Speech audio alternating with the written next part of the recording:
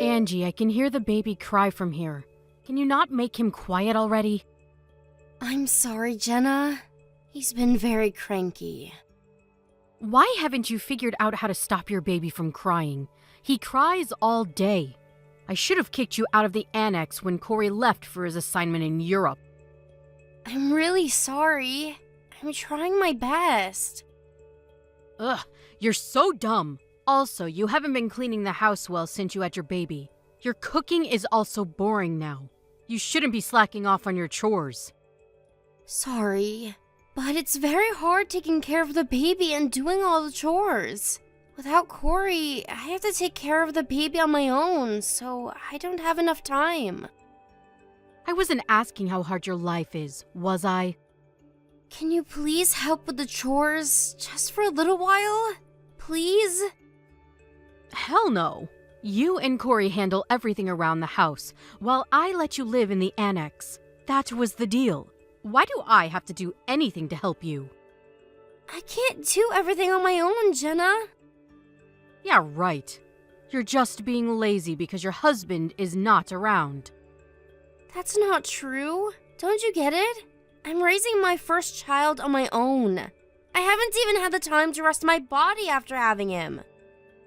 Stop making up excuses. I will not allow any laziness in my house. I don't care if you just had your baby or not. Fine.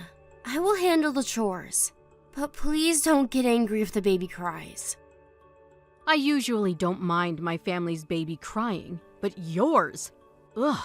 Your baby crying is just annoying. But my son is also your family? I can't think of him as one because he is yours. I don't even find him cute. What?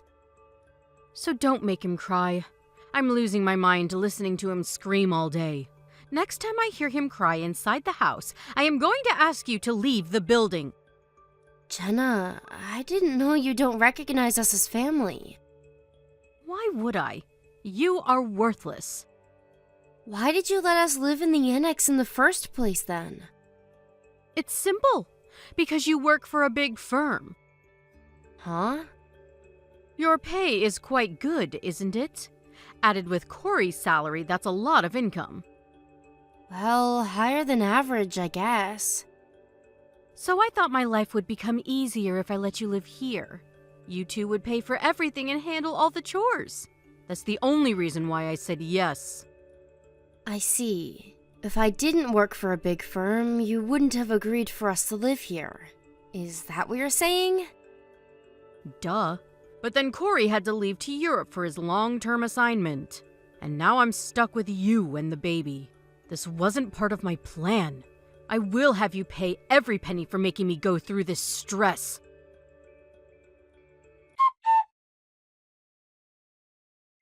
Angie, what are you doing now? Are you home? Yes. I'm done with cleaning soon. Perfect then. Can you clean the guest room as well? Make sure to open the windows to let fresh air into that room. You will also need to change to fresh bed sheets. Are you having a guest over? My daughter is coming. Emily is? Okay then. I will clean the guest room. How long will she be here? She's not visiting. She's going to live with me. I only have the guest room available right now, so she will have to stay there for the time being. Wait, what do you mean she's living with you? She got a divorce recently, so she is coming back. A divorce? Things weren't going well with her ex-husband. Oh, that's too bad. I thought they got along well. I guess we only see the surface of a relationship. Apparently they haven't spoken in over a year, and she was being bullied by her mother-in-law. I see. It must have been hard for her. I guess so, but it's all good. She should be getting loads of money from the divorce. Rather than continuing with the difficult marriage, she gets money. And freedom at the same time. Isn't that great? Has she gotten that much money? Yes, she should have. Her ex-father-in-law runs a company. And they also own a giant estate in California. Oh, I remember hearing about that. Their house is like a castle. And Emily's ex also runs several companies, so he is loaded. Wow. They didn't sign any prenuptials when they got married, so she should have gotten enough money via divisions. I wouldn't mind getting a divorce at all if I were her. They are real celebrities. I can't even imagine the kind of money she's gotten. I bet it's a lot. Like millions. Millions? It's not just one company he owns. Plus, he has properties. Maybe she got enough to get by for generations. If it were millions, perhaps. But if she has that much, how come she's living with you? What? What the hell do you want to say? I just thought it's odd for her to live with you when she has enough money to get by on her own. I mean, if she has that much, she can get a house easily. Why has she decided to come live with you? Because she is sweet and wants to take care of her elderly mother. She has always been since she was a child. Just to confirm, she's not living with you temporarily. She's actually going to stay here for good? Yes. I am happy I am able to live with my daughter again. This life with my annoying daughter-in-law has been so suffocating. Right. What? Do you have a problem? No, I don't. I just find it very sudden. So? What's the big deal if a daughter decides to live with her mother? Nothing. I bet living with her is even better than living with Corey. We share the same values, so we get along. Yes, I know you two are close. So much better than spending time with you. Anyway, so that's what's happening. Make sure you are not rude to Emily. She had a rough time with her divorce, so she needs to be treated with care. Okay. You might be older than her, but you will not act bossy to her. Do you understand? Yes. Perhaps I will ask her to remodel the house when she's back. I'm sure she has enough money to take care of it. Oh, I'm so happy she will be here soon. I'm happy for you. She said she will be here by next week, so have the room ready for her and make sure the room is spotless.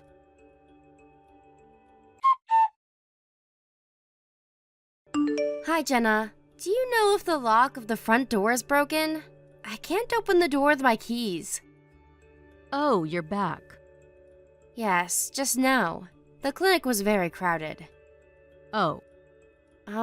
So about the keys. Do you know why they won't open? Why? Because you are not welcomed in this house anymore. Huh? Emily is coming home tomorrow, so you are no longer needed here. Hold on a second. What are you talking about? I'm saying you don't belong here anymore. I gathered your stuff, so take them and go. They are in the shed in the garage. You can't be serious. I knew you didn't want me here, but you can't just kick me out all of a sudden. Where am I supposed to go? Well, boo-hoo, I'm sorry. But my daughter is coming back tomorrow. She will need a place to live.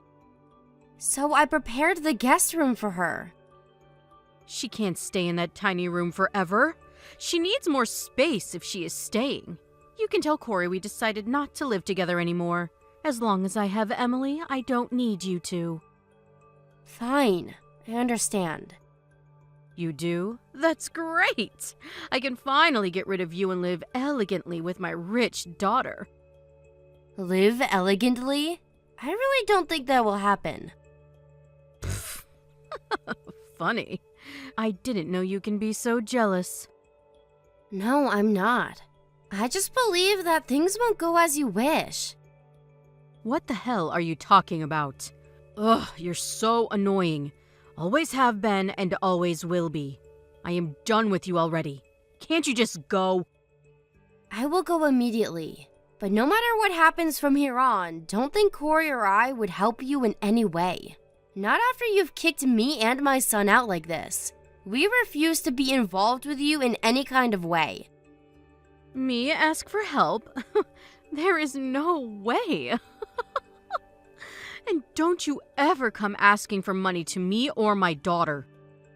Of course not. And you probably won't end up with money anyway. As you wish, I'm leaving now. Goodbye, Jenna.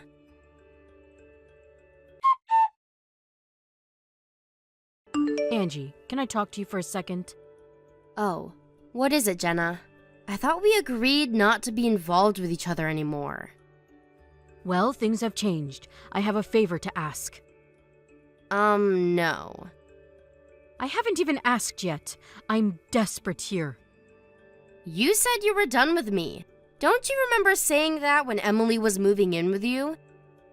About that, we have an issue. So you didn't get what you wanted after all. Emily didn't have any money, did she? See, I told you things weren't going to go as you wish. Did you know? I've heard rumors. She got kicked out with nothing. We don't have any money. So I've heard. That's so unfortunate. It really is. It's ridiculous. They have so much money and yet don't give her a penny. We have to sue them. This is not fair. I see. Good luck. Don't be such a stranger. You have to help. We want to hire a lawyer. I will pass. I don't want to waste my money. Waste? We are doing this to gain money. Even if that was so, there's nothing Corey and I can do to help. Bye. Oh, wait. Once we win money from them, we will give you your share. So you need to pay for the lawyer. Hell no. You won't get any money. Of course we will. Do you know how much they have? Jenna, let me ask you. Do you even know why Emily got kicked out without a penny? Not really. I asked her, but she won't tell me. Because the divorce was her fault. Her fault? Emily was the reason for everything. She was abusing her ill mother-in-law. Huh? Read again. She was abusing her mother-in-law. What the hell are you talking about? She was the one being bullied. That's what she told me. She probably lied to you so you would take her in. Her mother-in-law has Alzheimer's. Emily was beating her and giving her rotten food behind her husband's back, and was using up his money to spoil herself. That can't be. She would never do anything like that. It's true. They have proof. Her mother-in-law ended up in the hospital. What proof? Her husband became suspicious of why his mother was always bruised, so he set up surveillance cameras in the house. It captured Emily physically abusing her. Her husband kicked her out as soon as he found out. No, that's why she didn't get anything? Yep. But still, there should be divisions. I'm sure that's usually the case in any divorce, but it looks like Emily had to agree not to get anything. What? Why? Because he was going to report her to the police. They agreed that she will not receive anything in exchange of him not reporting her to the police. That was the deal. Police? He's overreacting, isn't he?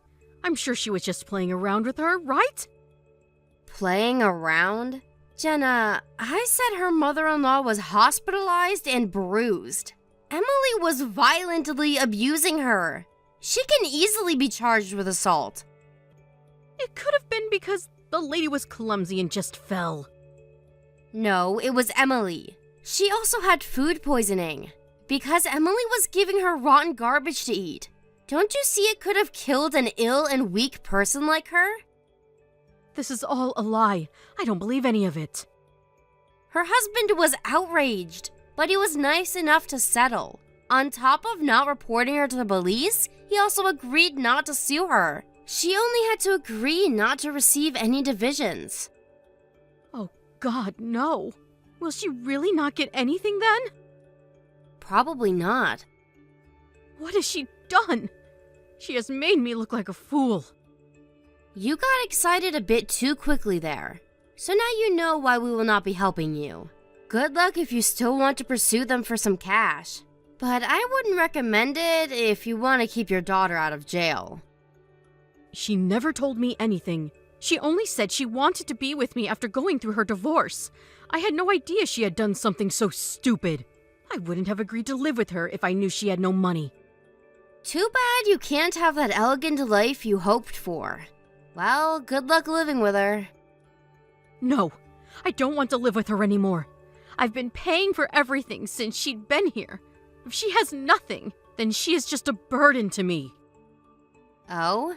She is just like you, though. You bullied me all along. Made us pay for everything while we were living the annex. I'm sure you two will get along. When did I ever bully you? Don't be silly. Excuse me? You began to insult me the moment Corey left for Europe. You said you don't consider me and my newborn son a part of your family and kicked us out ruthlessly. You don't think that is bullying? Well, that was, I was just playing around with you. Cut your crap, Jenna. You called me dumb, useless, worthless. The list goes on forever. I admit I went a little overboard. I'm sorry. I didn't mean any of it. Thank you for apologizing. I didn't know you could do that. Okay, so we're good? Will you come back and take care of your elderly mother-in-law?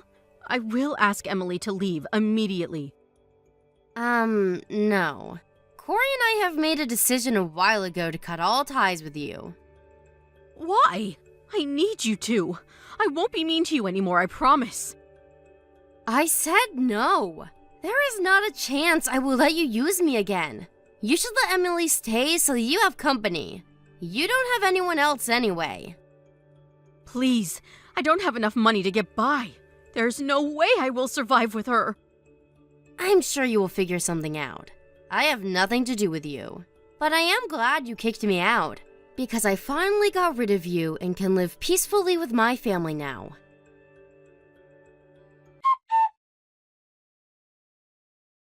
Unfortunately for Jenna, her daughter, Jobless, has been staying like a parasite.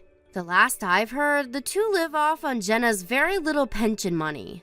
After the final conversation I had with Jenna, she found out that Emily was also in debt. When Jenna began to receive reminders and notices in the mail, she freaked and reached out to us. By that time, we had already blocked her from contacting us. We recently heard she is still looking for us, asking our relatives about where we might be. Her poor neighbors can hear Jenna and Emily screaming at each other all day, and it's apparently every day. I'm sure Jenna is regretting that she made decisions based on her selfishness to want to live off of other people's money. I was shocked when she actually kicked me and my baby boy out, but I'm glad I was able to get away from her. I plan to live peacefully with my husband and son, without ever seeing her again.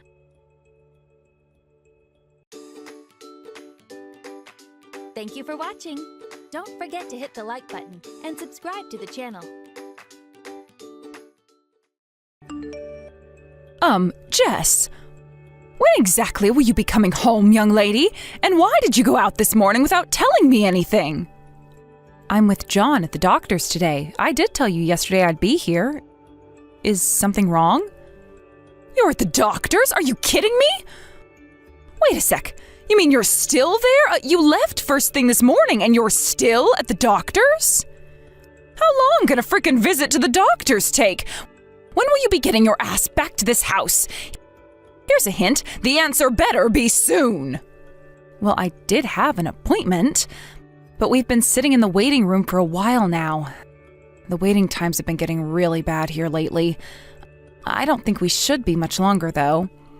I bet you're only going for John's medicine. Why do you need to waste this much time on something so trivial? You're a stay-at-home housewife, Missy, and you better not forget that. You have duties to this household far more important than your son's proxy medicine. I want this place cleaned from top to bottom the second you get back. Do you understand me? Wait, what? But I already asked you if you wouldn't mind doing the housework today. Huh? What are you talking about? I have no recollection of that. Obviously, it makes more sense for you to do it. You are the housewife, after all. What did you think you were signing up for when you married my son, you imbecile? Quit talking back to me, get back to this house, and do your frickin' job. But I told you, Mathilda, I'm planning on visiting my parents after we finish up at the doctor's. Even if I do the housework today, it's gonna end up being really late. As long as that's fine by you, then I can do it. Goodness me, Jess, you're only stopping by at your folks' place to show your face, right? Why would that take all day? Wait, you're not trying to shirk your housework duties, are you? I do hope you're not the kind of girl to behave so shamefully. I did tell you this yesterday, did I not? Am I going senile or something? My mom and dad's dog has been sick these last few days. John's worried too, so we're going to head over to check on him. That's why I asked you to do the housework just this once. Look, I get it's probably a little inconvenient for you, and I'm really sorry about that, but it is just a one-off. Would you mind doing it, please? My folks say the dog really hasn't been well. A dog? A dog is more important to you than your duties to this family as a housewife? You're a failure as a wife, a mother, and a human being. Ugh. A dog? I've never heard anything so ridiculous in my life. Mathilda, I have known Spike since I was a little girl. Sure, I get that he probably just seems like a pet to you, but to me, he's part of the family. I'm sorry, I get that it's probably inconvenient for you, and I apologize for that, but won't you please try to understand?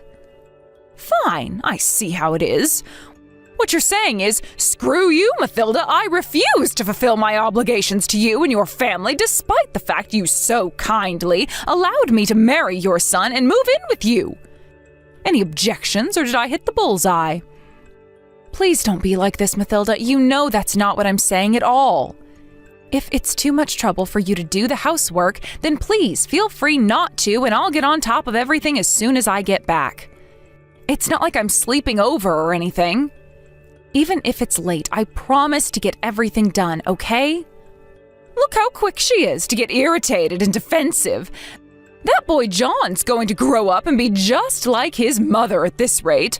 Or worse, maybe he already inherited your defective genes. Oh my God, it doesn't bear thinking about. Oh, that poor boy. We can't have him ending up like you. What's that supposed to mean? I might be overprotective with him sometimes, but from where I'm standing, it looks like John is growing up to be a good, honest young man. Good and honest? Oh. Let's face it, the reason you're at the doctor's all the time is most likely because he's a weak, feeble excuse of a boy with a bad immune system due to your poor parenting techniques. But more importantly, do you have any idea how much trouble you two have caused me? I mean, seriously, trying to palm off your housework duties on your aged mother-in-law. Disgraceful would be understating it. It was only last week he was in bed all day with the sniffles. I'm embarrassed to call that sorry excuse of a child my grandson. Do not speak about my son like that. It's not like he enjoys being ill, so leave him alone. You've been spoiling that boy far too much lately. You know, back in my day when we were sick, we just got on with it. Ever heard of a stiff upper lip? We certainly didn't go running to the doctors at the first sign of trouble like you weaklings nowadays. The reason he's so weak and feeble is because he knows that every time he gets ill, you'll be fawning over him, catering to his every need and whim like some subservient slave woman. You're encouraging him to get ill with your abominable parenting techniques. It was me who asked you to do the housework. Leave John out of this. It has nothing to do with him. Now, if you wouldn't mind, stop saying such awful things. You do not tell me what to do, young lady. Who on earth do you think you are? Besides, it's God's honest truth. What would you have me do? Lie? Ugh, I knew it. I knew this would happen. This is why I was so opposed to the idea of you and my son getting married in the first place. If only he could have found himself someone with less attitude. I knew your arrogant, self-absorbed personality would end up causing problems. You're incapable of doing housework, and you can't even look after your own son. If you care about what's best for my son, Gary, how about you put him out of his misery and get a divorce, like, right now? Shut up, just shut up already. Just because you're my mother-in-law doesn't give you any right to speak to me like crap. You have no right to speak to me like this, not about my family dog, not about John, not about anything. Excuse me, is that any way to speak to your mother-in-law? Mark my words, Missy, this little rebellious streak of yours ends right here, right now. If this is your attitude, then you leave me no choice. You just activated my trap card, you little witch. You'll only have yourself to blame for the hell that's about to rain down on you. Prepare yourself for the worst. Whatever, the bottom line is I'll be back home late tonight. So I'm sorry, but you're just gonna have to deal with it.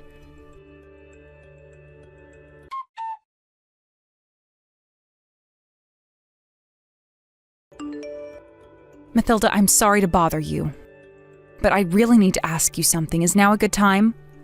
What's wrong, dear? Your boy John's medicine wouldn't have happened to have gone missing, would it? How do you know about that? I knew you must have had something to do with it. You know something about this, don't you? Tell me where it is. No, dear, of course not. It was just a lucky guess, that's all. I don't admit to knowing a thing. We have to go out now, but I can't find it anywhere. John could be in danger without that medicine. Do you have any idea how important it is? I can't believe you'd take it. If you know, please just tell me. I won't be mad. I don't even have time to be mad because we have to go out. This isn't the time for games, Mathilda. Games? What's gotten into you, dear? Are you going crazy or something? Would you like me to call a shrink? I told you I don't have a clue what you're talking about. Surely you just misplaced it because you're a messy and disorganized failure of a woman. I mean, good grief, it's a little rich of you to try and blame your lack of discipline on your poor elderly mother-in-law. I'm not joking, Mathilda. We really, really need that medicine. What would you do if something happened to John? That's your responsibility as his mother, moron. Anyway, for the millionth time, I don't know anything about your stupid medicine, so stop harping on at me already. If you're going to make wild accusations against me, at least come at me with proof. I don't have any proof. But why else would you have just said that? I didn't even say anything about medicine, but somehow you knew it was missing. Drop the act already. Like I said, lucky guess. You read too deeply into things, dear. I feel bad for John having a mom like you. Imagine how horrible it must be for him, having to be around someone so neurotic all the time. Oh, that poor, poor boy. You really are the most useless piece of garbage wife ever to walk the face of the earth. Do you know that? What am I saying? Of course you don't. You're so arrogant and self-absorbed, you probably don't even care if you're a burden on those around you. Blaming others for your own irresponsibility. This is rich, even for you. How dare you? Look, I'm sorry. If I made a misunderstanding, I genuinely apologize. Do you think your little proxy apology gets you off the hook, Missy? You're messing with the wrong mother-in-law here. You young people these days. I'll never forgive you if my grandson grows into a useless waste of space like his mother. And what must my poor son's life be like with you as his wife? Oh, I shudder to think. Look, like I said, I am sorry for causing a fuss over the medicine. If you really don't know anything about it, then let's just forget it. I'll keep looking. I'll find it even if I have to turn the place upside down. Finally! Why couldn't you have been mature from the get-go? You might be incapable of doing housework, but you should at least keep on top of your son's medicine. You're not even capable of living up to your bare minimum of responsibilities as a mother. It's really quite pathetic. I'll tell you what, here's some extra motivation. If you don't find it soon, you won't have a home for much longer. You're right, I totally deserve to be kicked out if I don't find the medicine. Sorry again, Mathilda, and thanks for taking the time out of your busy day to speak to me. That's right, finally some respect. Don't ever bug me with trivial, nonsensical crap like this again, or there will be hell to pay. Now go and find that medicine. You'll never be able to forgive yourself if something happens to John as a result of your sloppy parenting. If he dies, it'll be all your fault. I know. Sorry to trouble you. I'll be showing my face at my parents' house again today. I'll be back home around noon tomorrow at the latest. Again? Actually, you know what? I'll let it slide. This time. I'll be going out with my friend for drinks today, so it doesn't matter. Oh, aren't I generous and big-hearted? But don't think this gets you off the hook. You better make sure you do the housework the second you get back. You can at least do that, right? Yes. If you don't, I'll be very angry with you. You won't like me when I'm angry. I suggest you be very careful, Missy. All right. Catch you later.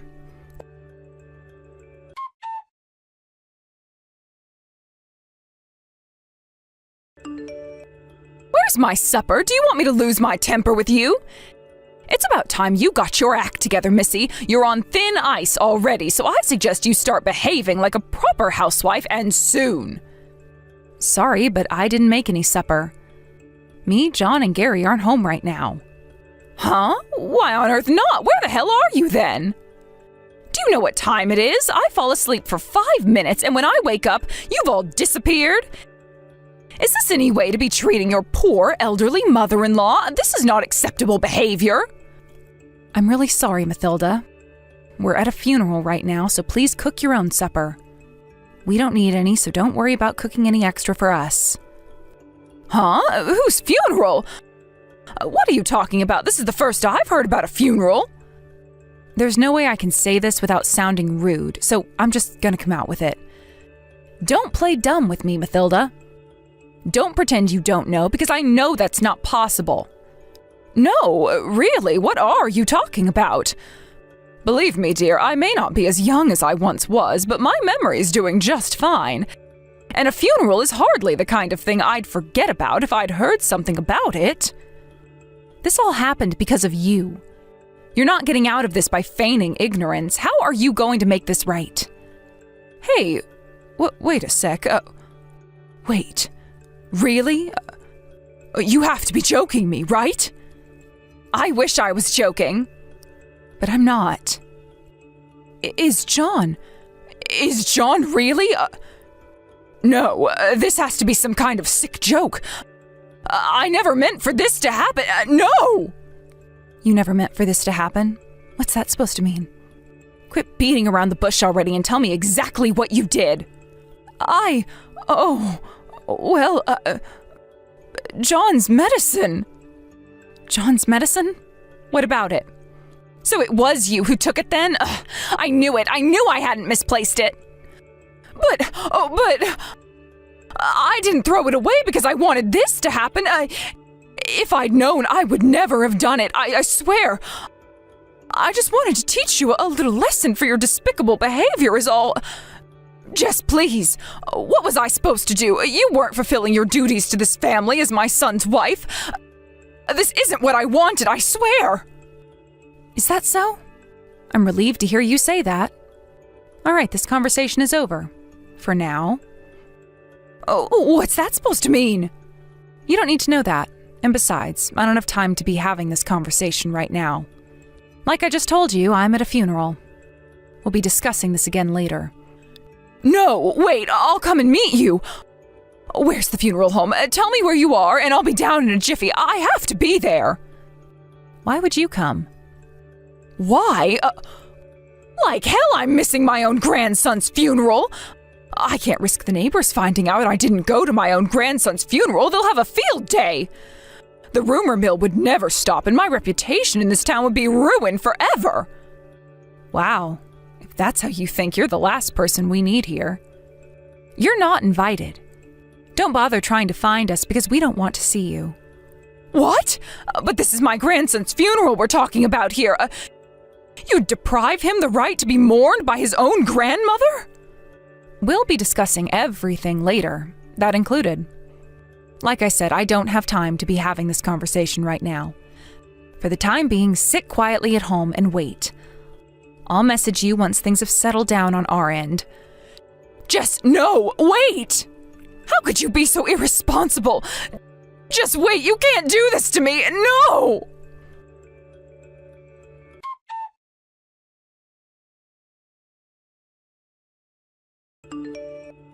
All right, Mathilda, let's do this. Everything's over here now, so let's continue where we left off yesterday, shall we? Why was nobody answering the phone? I tried calling Gary and your parents so many times I lost count. I was starting to think my phone was broken. I missed my own grandson's funeral because of you. What am I supposed to do if the neighbors find out and think badly of me? Do you have any idea how hard I worked to ingratiate myself with these people? Oh my God, my reputation would be finished. That's what you're worrying about in this situation? Seriously? I think you have more serious things to be concerned about than that. More serious things? Like what? Did you conveniently forget that you threw the medicine away? Do you understand what's going to happen if people found out what you did? Do you have any idea of the gravity of the situation you're in? What is with you, woman? You can't seriously be threatening me at a time like this with everything that's going on. Your son just died, you heartless demon. You are a disgrace to all mothers. Please, Mathilda, you're the last person on earth who has the right to say that to me. And what are you talking about? John's doing absolutely fine. He's next to me right now, in fact. Huh? What are you talking about? No, what are you talking about? Why would you randomly assume John was dead? Stop it, you weirdo. It's creepy. The only disgrace here is you. You're not just a disgrace to all mothers, you're a disgrace to humanity. But you said it yourself that you were at a funeral. That's why I was panicking so much. If you don't believe me, how about I send a picture? Both John and Gary are totally fine, so chill your beans. I'm about to send one of all three of us. That's the last time you'll ever see us, so make sure to cherish it, okay? Maybe you can frame it and put it up on the wall so you can be reminded of how you were such a vile, nasty piece of work that even your own family wanted nothing to do with you. What are you talking about? You mean, you lied about the funeral? No, there most certainly was a funeral. I told you on several occasions, right? That my mom and dad's dog had been ill lately? It was our dog's funeral. Spike is dead. The dog? You made me almost lose my mind over a goddamn dog? Why weren't you just straight with me from the beginning? He was getting old. We've had him since I was a kid, and he was always there while I was growing up. It's not like we were too surprised when his health took a turn for the worst. But still, that doesn't make it any less upsetting. He was like family to us. Do not screw me around, Missy. I'm asking you a question. Why did you confuse me by being so damn ambiguous? You made it sound like it was my fault. He died on the day you were sending all those abusive messages. When John and I showed our faces at my folks' place, remember? Apparently he died not long after we left. And what does that have to do with me? I left earlier than planned so I could make it in time to do the housework after all your pestering. Which is why I wasn't even around for his final moments. What the? Oh, don't drag me into your pathetic sentimental wallowing, you melodramatic crybaby. You made me worry for nothing. Pathetic sentimental wallowing? That dog was like family to me. Family? Oh. Let's be real here. It's really not as sad as you're making it out to be, is it? He was old, so I knew his time would come before long. The only saving grace was that I was able to prepare myself to a certain extent. But because of your meddling, I wasn't even able to say goodbye properly. What do you mean? How many times are you gonna make me say it? What you did with John's medicine. My dog loved John. And you threw away John's important medicine. As his mother, I can never forgive you. Well, who cares? Quit crying over spilled milk, you big baby. It's over already. Besides, John was fine, right? All's well that ends well. How long do you plan on dragging this out, you bloviating drama queen? Sure, it's over, just like you say. As is our relationship with you. Huh? Wait, you said that when you sent the photo just now, too. Do you think I'm the only one who's furious with you for what you did? Gary and John are saying they'll never forgive you for this. I'm just grateful you at least confessed for what you did. Wait, no, did you tell them everything? I didn't need to. They've been both next to me the whole time. They saw the messages. Which is why none of us will ever be coming back to that house. Naturally, that means we're cutting all ties with you forever. My son Gary, too? No, you can't do that. I won't allow it. You tried to hurt our son. You must be insane if you think you deserve forgiveness. Hurt him, but he's fine. Nothing happened, for God's sake. Can't we all just drop it and move on? Stop making a mountain out of a molehill. It was just some medicine. He's alive and kicking next to you right now, isn't he? We had to make an emergency rush to the doctors for some more medicine because of you. You caused us so much hassle, you had no idea John had to have another medical examination. Plus, insurance doesn't cover repeat prescriptions in the case of loss, so we had to pay full price. So what? It's fine. It is not fine. Besides, this isn't just about John. You were even bugging me during the funeral. You've got some nerve to pretend everything's fine after your atrocious behavior. I can't believe I'm being disowned by my own son at this ripe old age. I'm a pensioner, you know. What am I supposed to do without him? Not my problem. What's more concerning is the fact that you made it to that ripe old age without knowing the difference between right and wrong. You made your bed, now lie in it.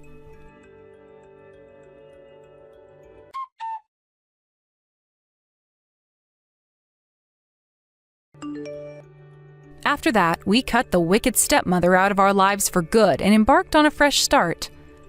Mathilda had always hated me and John, but as vile as she was, it was clear to me that she loved Gary, my husband, and her son. Which is why I wasn't surprised when she desperately begged and pleaded with him to reconsider after we announced we no longer wanted anything to do with her. To make matters worse for her, her worst fears came true when her neighbors found out about her antics and rumors started to spread around town. As a result, she became a social pariah and quickly lost all her friends. Unable to bear the shame, eventually, she decided to move away. Just because I was prepared for the worst with the dog being old didn't make it any less painful when he finally went. Family is family, after all, right? So, yeah, losing the dog hurt, and it sucked a lot. However, I can't say the same for seeing what became of Mathilda. She totally deserves the loneliness and isolation that awaits her. As for little John, he didn't seem to miss her one bit, which was really revealing, and showed just how little effort she'd put into building a relationship with him. I mean, really? Making fun of someone because their dog died? They say what goes around comes around, and in this case, truer words were never spoken.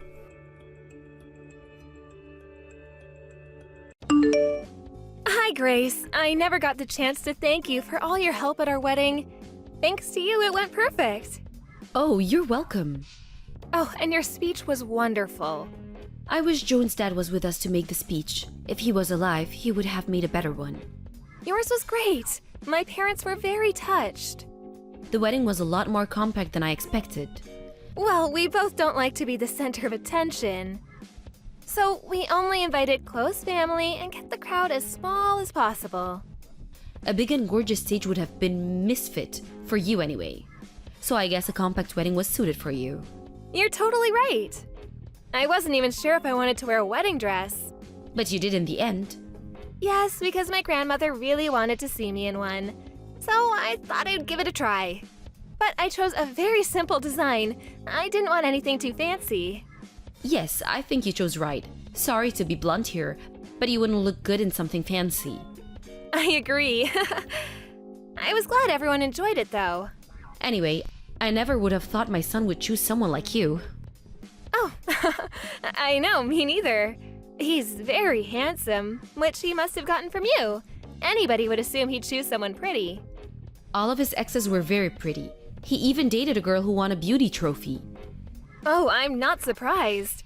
Good-looking people must attract other good-looking people. I wish I could be a part of that. The reason why he became attracted to you is probably because of that positivity of yours. I think so. He said he becomes more lively when I'm with him.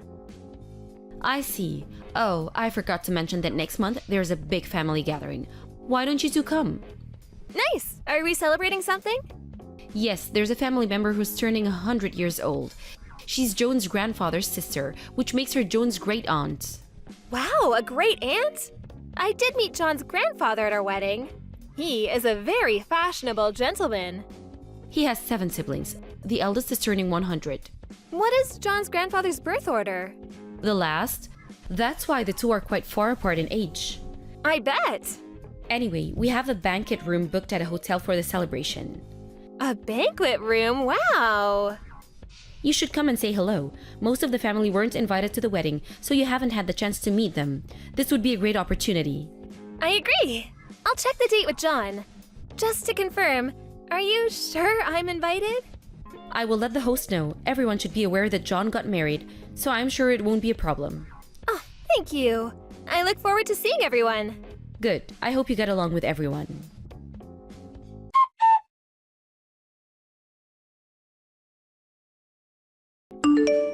How was the gathering for you last night? You seemed quite nervous. Good morning. Oh, yes, I was very nervous to meet everyone. And I was astonished. How come everyone in the family is so good looking? I know. I was surprised when I joined the family as well. Everyone has a very pretty face. It made my heart race. I felt completely out of place. Right? You would actually stand out among such good-looking people, as in a bad way. I think I kinda did. Makes you lose your confidence, doesn't it? You must have felt alien, or even miserable. Maybe. Do you regret that you got married into this family? I mean, I was a little embarrassed, but I didn't feel alien. Are you sure? You don't have to act strong. I'm sure. Because everyone was so nice to me. The younger member of the family went out for more drinks afterwards. We all became good friends. We were calling each other by nicknames by the end of the night. Or should I say, by the morning? We stayed out so long, I just woke up. Huh? You became that close with them?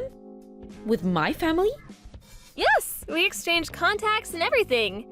We also created a group chat. I'm so glad you asked me to join the gathering. That's not right. Beg your pardon? That's not right. Why did you get close to them? What? Grace, what's wrong?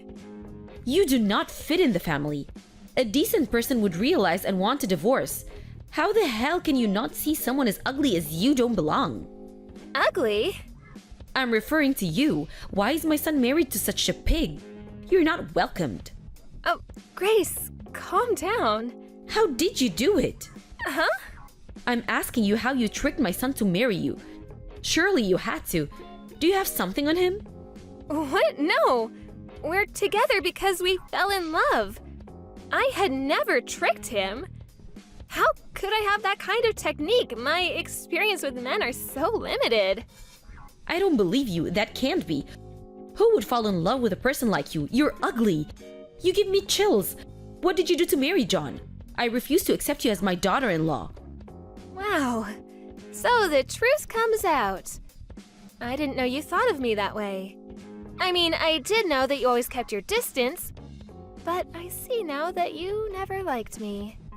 When first John introduced you to me, I was so shocked that I nearly fainted. I couldn't help but wonder if John was having issues with his vision. I do realize that my appearance is far from attractive, but John loves me for who I am inside. If you know that, you're unattractive. How can you allow yourself to be with John? Get a divorce. I don't want to do that. You might not believe this, but we are very happy together. Everyone in the family said that John seems much happier than before. You heard them too, didn't you? That's only because he's still excited about being a newlywed. It will die down in a matter of time. Then he will deeply regret he married an ugly person like you. Oh, well, I don't know. I am. He'll regret it for sure. If John doesn't want a divorce now, so be it. For now, though. You must be perfect at housekeeping. You're not good enough to be his wife, so at least be sure to take care of all the chores. That's the only thing you can provide him. Housekeeping? Duh, that's the least you can do. Okay. I'm not very good at housekeeping, but I'll do my best.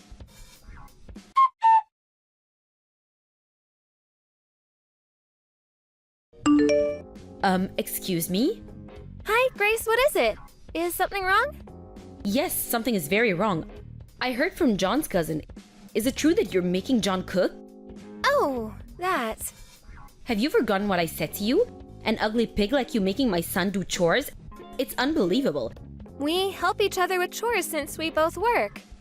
Surely I can't manage everything on my own. That's your responsibility. My poor baby, get a divorce, now. He comes home tired from work and you make him go through all that? The wife should take care of all the chores. Why are you working anyway? You should be a full-time housewife and support your husband. Actually, truth be told, John is the full-time homemaker now. Excuse me? John stays at home as the homemaker, and I go out to work as the breadwinner. What are you talking about? You're talking gibberish? John is a sales executive at a trading firm. Yes, but he actually became sick from overworking. So he left the firm when we got married. That's why he cooks dinner and does other house chores. What? Why have I not heard about this? This is very significant news. I don't understand why this was kept from me. Probably because he didn't want to tell you. Why? I mean, your reaction is imaginable. You would say something like, "Be a man, blah blah." Your ideology is so biased and outdated. I beg your pardon? Well, John's actions speak the truth, right? He hasn't told you, so he must not trust you. What do you know about my son? Don't you speak like you know everything. John has sometimes spoken about you, and they were mostly negative. What? How so? That you were a lazy, stay-at-home mom. You never worked and yet spent so much of what your husband had earned without even doing any house chores. And that you were an arrogant, unlikable person. John said that? Yes, he did to me. So I think that John may not like you that much, Grace. That can't be. You're lying to me. You're lying to me about everything, including that you're the breadwinner. You're trying to deceive me. No, it's the truth. I am in a directive position of an international firm. I make plenty to pay for the both of us. That's not reason enough for my son to be a homemaker. John didn't like working in an organization. He really hated his environment where he had to show up at this office every day. He worked for his living, but one day his heart couldn't tolerate it anymore. There was even a time when he physically could not take a step forward while he was headed to his office. It was that bad for him? Yes, it was. When I first met him, he was not in a good condition. We became close because I was giving him advice about work. Once we started dating, we realized that we were a good fit because we kind of supplemented each other. So, we got married and agreed that John would be the homemaker. That's why he chose you? The current lifestyle suits him. He seems much happier nowadays. You, a director at an international firm? Do you think I can actually believe that? I don't mean to boast or anything, but I am really good at what I do. My professional background helped me hit it off with your family too, you know? What do you mean? Remember the family gathering you invited me to the other day? Well, a few of us began to talk about work and it really sparked the conversation. I was like a consultant that night. Some asked me for advice and all. See, that's one of the reasons why I was able to get along with your family. You pig! No, it can't be true. I don't believe any of this. Oh, well, that's too bad. If you don't want to believe it, so be it. I didn't want to, but I will let John know of our conversations. I don't think I can tolerate you calling me a pig any longer anyway.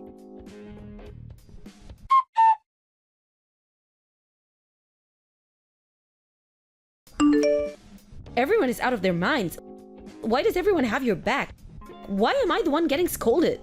I heard you got told off by some of your family. What did you expect after being so disrespectful to me?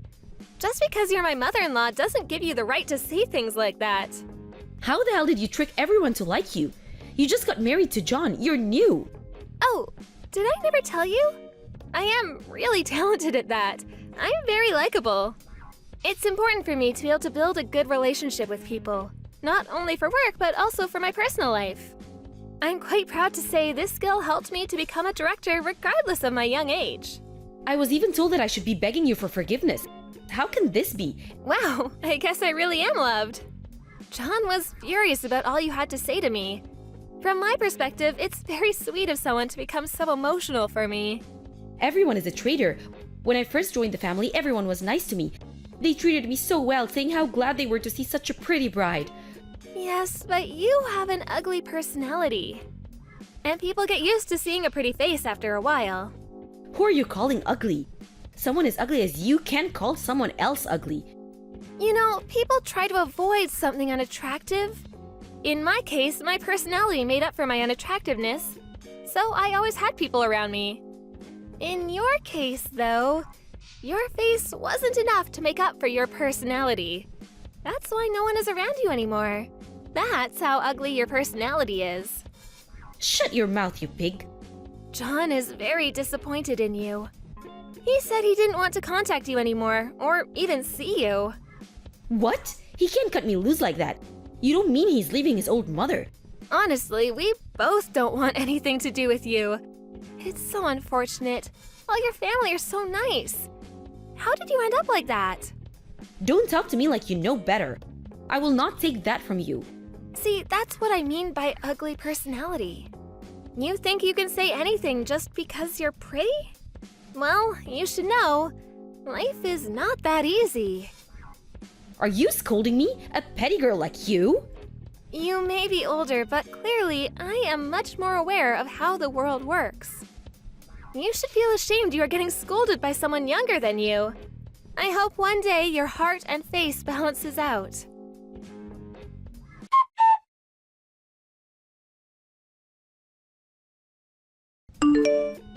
Grace was not able to redeem herself from her bad reputation in the family. On the contrary, John and I became even closer with the other family members. Grace couldn't stand it, so she stopped contacting everyone, hoping that somebody would worry and eventually call her, but no one did. Grace became desperate and wrote a letter to John, claiming he should be worried about her. The only way she could contact him was through a letter because he was ignoring all her messages. But that letter too was torn and thrown away by John. Soon after, our address changed, so we stopped receiving letters. Recently, most of our family has forgotten about Grace, and I am living happily with John. Thank you for watching. Don't forget to hit the like button and subscribe to the channel. Anna, I'm sorry about the other day. Are you feeling okay? Did you catch a cold? Mom, I'm fine. I was only out for an hour or so. I'm perfectly healthy. That's nice to hear. I can't believe I locked the door as a mistake. Max never noticed too. I can't believe he left his wife out in the cold. Don't try to act like you didn't know. I actually texted Max that I was locked out, and I assume you also knew? Huh? What are you talking about? You were the one who told me to go shopping for groceries. I even rang the doorbell. I think anyone would notice with that sound. Oh, you knew that I was pranking you? Don't be mad, Anna. It's just a prank. You always prank me. And I ask you every time to stop, but you never stop. Have you asked Max to stop? He also pranks you all the time. I know. So I've also asked Max to stop multiple times.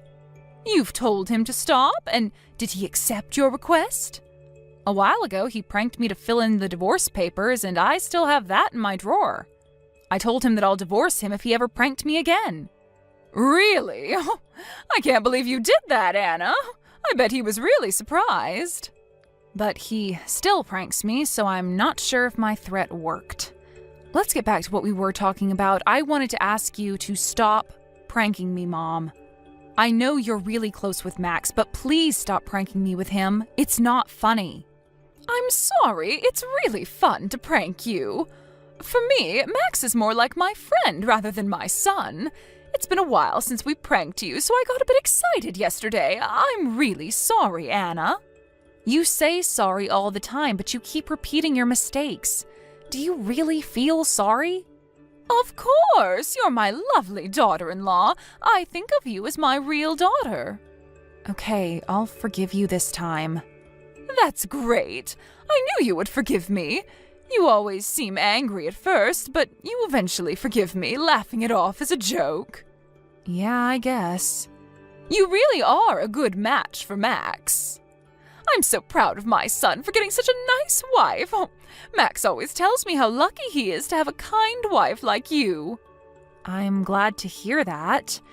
If you can stop pranking me in the future, I'll forget about what you did to me yesterday. I hope you understand. Yes, I understand. Oh, by the way, I wanted to ask you something. Did Max tell you about the family trip? Yes, he told me about it the other day, but he told me that the details aren't decided yet. I'm glad you know about our family trip. I'll let you know the details later. Make sure to get ready for our trip, okay? Okay, I'll be waiting for the information. My husband and I are looking forward to it. It's gonna be a fantastic family trip. See you soon, Anna.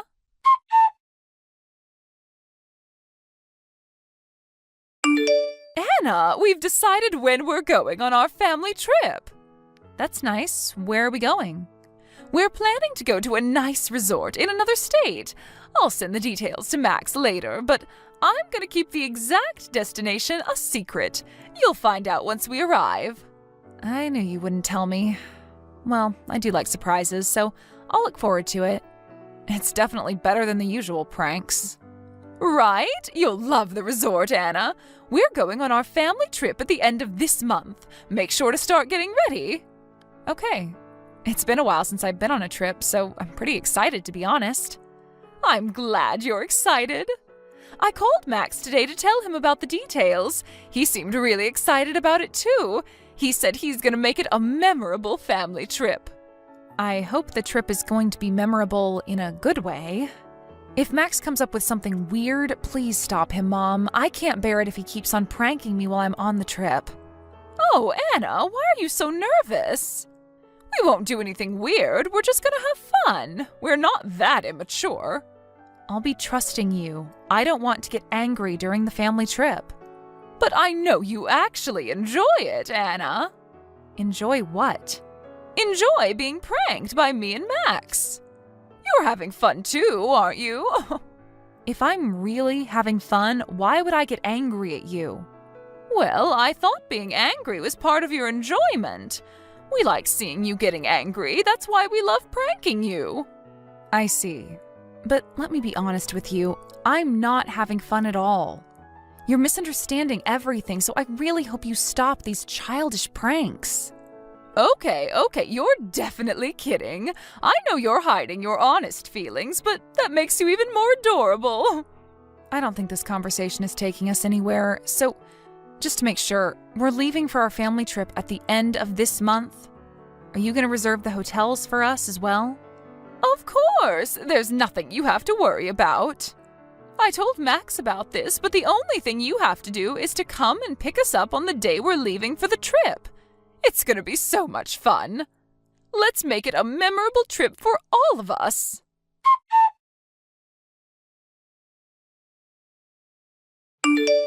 A few weeks after. Hello, Mom. Did Max already come to pick you up? Max? Yes, he came to pick us up a while ago. Is there anything wrong? That's nice to hear. I've been calling him for the past few hours, but he's not answering my calls. I guess he's too busy thinking about the trip. He already picked us up, so there's nothing to worry about. Are you on your way to pick me up? I was worried because it's taking you some time to get here. I'm ready to leave as soon as you come pick me up. What do you mean you're ready? What are you talking about? Huh? Max went to pick you up first because I wasn't ready to leave yet when he left for your house. He was supposed to come and pick me up after you join him. That's what he told me. Oh, I'm so sorry. I completely forgot about you. Huh? You forgot about me? I thought this was a family trip. My blood-related family is here with me. You're my daughter-in-law, right? My family used to be just my husband and Max, so I forgot about you. Are you serious? I apologize we left you behind, Anna. I really want to go and pick you up, but we're already at the airport. Okay. I'm sorry we misunderstood. I'll get you some souvenirs, so don't be angry. It's okay. I'm not your family anymore. Have fun on your family trip. Don't be sulky. Are you trying to get revenge on me by making a joke? If so, that wasn't a good joke. No, I'm serious. I'm not your family anymore. I'm out. I have the divorce papers with Max's signature. Didn't I tell you this before? I'll turn that into officially get divorced. Are you serious? I don't make jokes like you always do. I'll be on my way to turn them in. Goodbye. Wait a minute. It's a lie. We're not at the airport. We wanted to prank you just like usual. We'll go and pick you up right now. Oh, you don't have to. I can't bear your immature pranks anymore. I think this is a good opportunity. Anna, calm down. This prank was a bit too much. We're really sorry. We regret pranking you like this. Please forgive us. I don't think it matters at this point. I'm on my way to turn in the divorce papers. I have a lot of things to do, so I don't have any time for you. Anna, wait! Anna, please take my calls. Anna!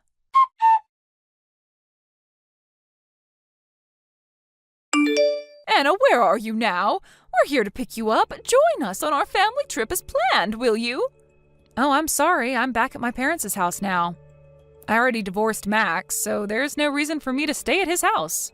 I'm never going back there. Divorce? Don't be ridiculous. I don't believe you already turned in the divorce papers. Let us apologize, and let's end this like always, laughing it off as a joke. We'll all forget about this prank. It's too late. I've already turned in the divorce papers. We're officially divorced. You have to be kidding. You don't have to lie. Let us apologize to you. No, I'm serious. I think you'll receive a letter after the divorce papers are officially accepted. I made many memories being your daughter-in-law, mostly bad ones.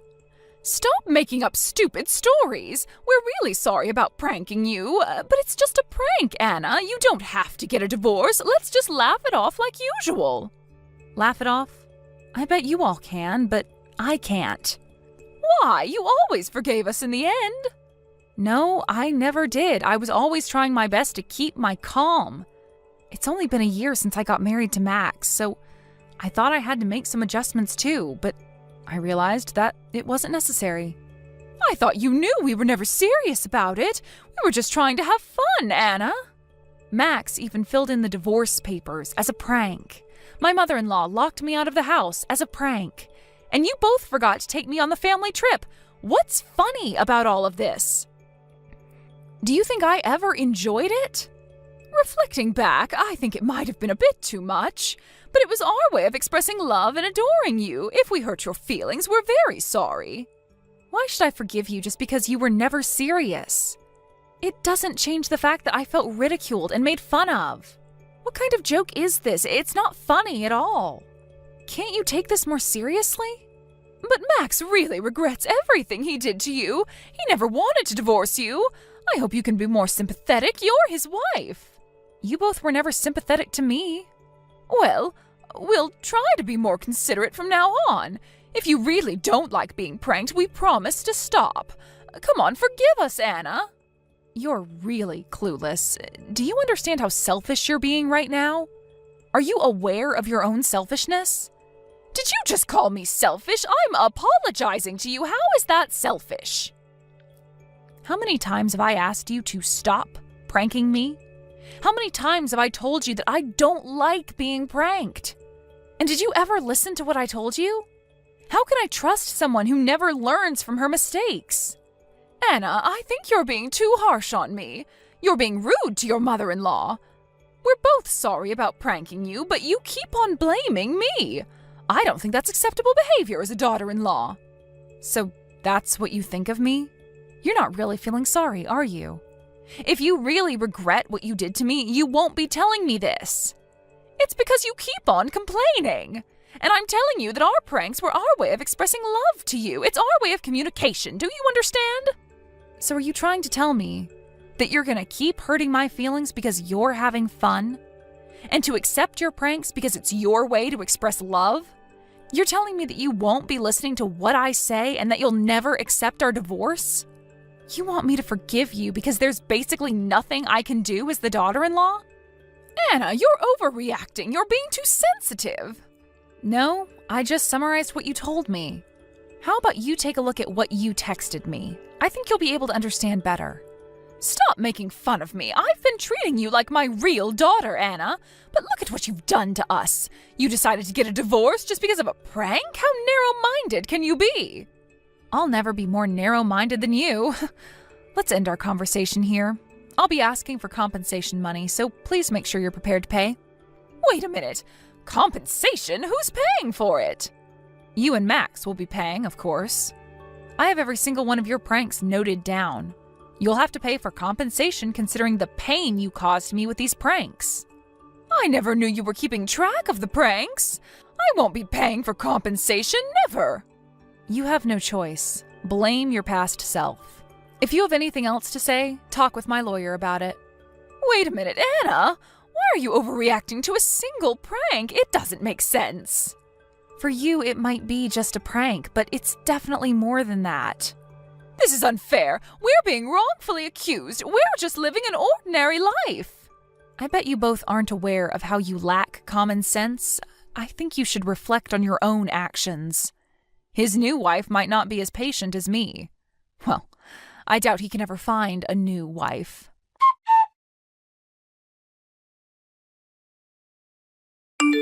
As I told her in the conversation, I charged them for compensation money. I had proof for their immature pranks, so it was easy to charge them. They refused until the last minute, but I think they learned an important lesson throughout this experience. My father-in-law was not exactly involved in the pranks, but he is definitely to be blamed for turning a blind eye. I hope he also learned his lesson not to ignore the family problems as well. After I divorced Max, I'm enjoying my single lifestyle, living stress-free. I regret not divorcing him earlier because there was no point trying to adjust their lifestyle. I will never get involved with someone like them in the future. This is a promise I made to myself. The only thing I benefited from this marriage was that I was able to realize that some people simply did not have common sense. Ellie, I'm so sorry. I just remembered that I left my mug in the microwave. I wanted to eat my coffee, but I completely forgot about it and left for work. You did it again? You always leave something in the microwave, Miles. I'm really sorry, but at least I realized before you told me off about it. I'm learning from my mistakes. You could do better. I already left the house, so there's nothing I can do about it now. Oh, you have work today? I'll be home by 5, so I'll clean it up when I get home. Thanks. I know you worked full day. I thought you only worked for half a day before. It's been a while since I started my part-time job, so I'm having more shifts now. Do you work 4 times a week? It depends, but maybe about 5. That's a full-time job. I work for a small shop surrounded by locals. They barely have enough workers. They've been really nice to me, so I want to help them as much as possible. Yeah, they were short of hands. Many students who used to work part-time quit, right? Yeah, students tend to quit their jobs around this time of the year when they graduate.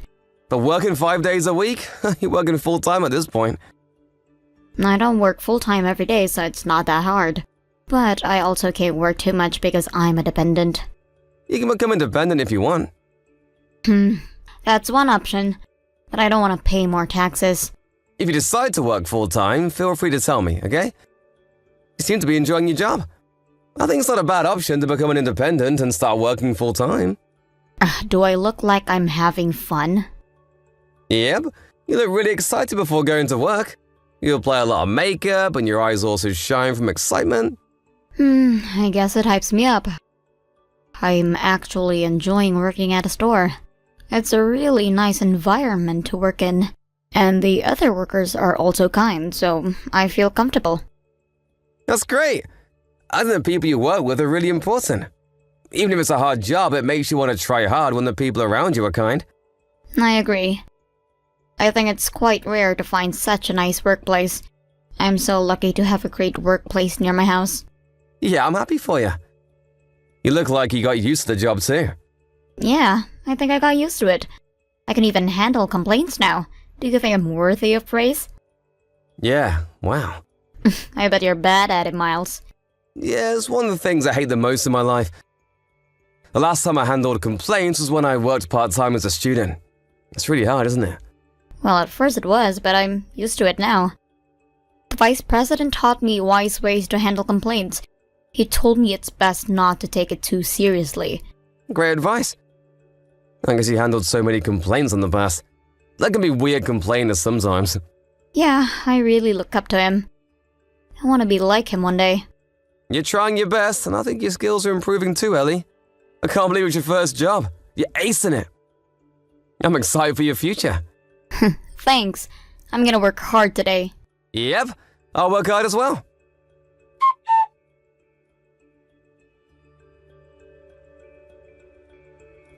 I'm so sorry, Miles. I'm off to work. See you later. Huh? You leaving now? I have to fill in for someone who got sick. It's my first time to work this late. Did they get the flu? Norovirus. The store manager was panicking because no one was able to fill his spot. He begged me for help, and I want to help them. Yeah, it's important to help each other. We help each other when we're in need. I'm experienced with my job now. I have to go and help them. The norovirus? I experienced it in the past, but it was horrible. It's impossible to recover in a day, isn't it? Yeah, in my case, it took me 3 days. I got dehydrated so much that my fingertips were getting wrinkly. When humans vomit too much, you get wrinkles all over your body. That's terrifying. I might have to go work tomorrow as well. I might get home late. I never thought you would leave today. It's our anniversary. I'm a bit sad, to be honest. I'm so sorry. I might be in charge of closing the store as well, so I might get home really late. Let's celebrate on a different day, okay?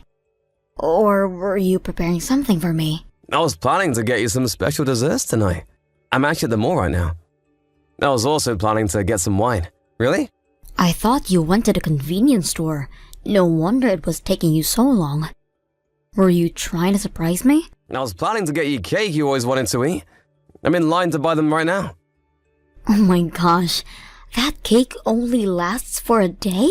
The one that's super delicious. Yep. It's not going to taste as good if you eat it tomorrow. Oh, that's sad. Well, you can eat it when you get home today. But it's gonna be so late by the time I get home. I don't want to eat when it's so late in the night. I get stomach aches. Right. Then I'll get them next time. I'll go buy it again. I'm so sorry, Miles. That's okay. It wasn't the best timing. Your store is not only short of hands, but there's many workers suffering from illness. I bet they're all tired. They might also get sick from being too tired. Yeah, maybe. The store manager and the vice president are especially busy. They depend on energy drinks to survive their shifts. I bet it's pretty hard for them. I see many cans in the garbage bin. I'm worried about their health. Hey Ellie, when are you leaving? Maybe in 30 minutes? I'm about to get home, so do you want me to drive you there? No, it's fine.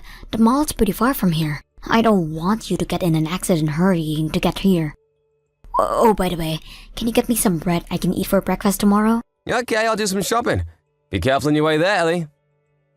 Thanks, Miles. You too.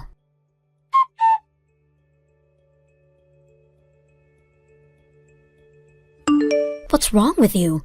Stop calling me while I'm working. It's disturbing. My store manager told me off because my phone kept ringing. If you have anything to tell me, just text me.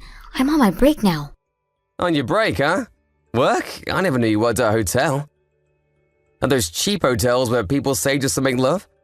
Huh? What are you talking about? I'm working right now. Stop lying. I'm not. I'm here to fill in for a worker who's sick. I can't believe you're telling me this. I know you're lying. Huh? Why? I'm at your workplace right now. Now? Why are you there? You told me everyone was tired, so I brought some snacks for them. I brought the cake I was talking to you about earlier. I thought you'd be able to eat during break time. Hey, why did you come to my workplace? I never asked you to bring us snacks. You were talking about how your colleagues shared snacks with each other.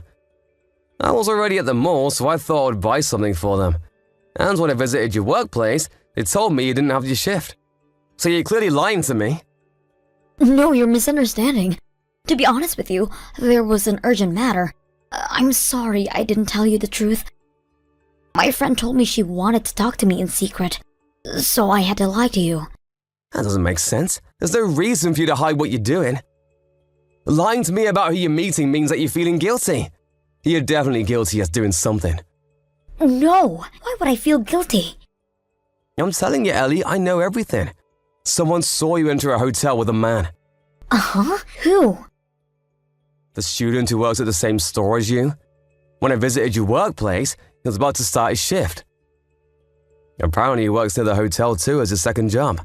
Are you talking about Tom? Yeah, after he finished his shift at the other store he works at, he saw you on his way here. He told me you're on the way to the hotel. He must have mistaken someone else for me. No, be sure it was you. And you've also been lying to me about working 5 days a week. You only work 3 days a week, right? How do you know all of this? Where were you all this time? Never mind, you don't have to tell me, I already know. You're meeting the guy you're with right now. Wait a minute, I think you're misunderstanding. Don't be mad at me.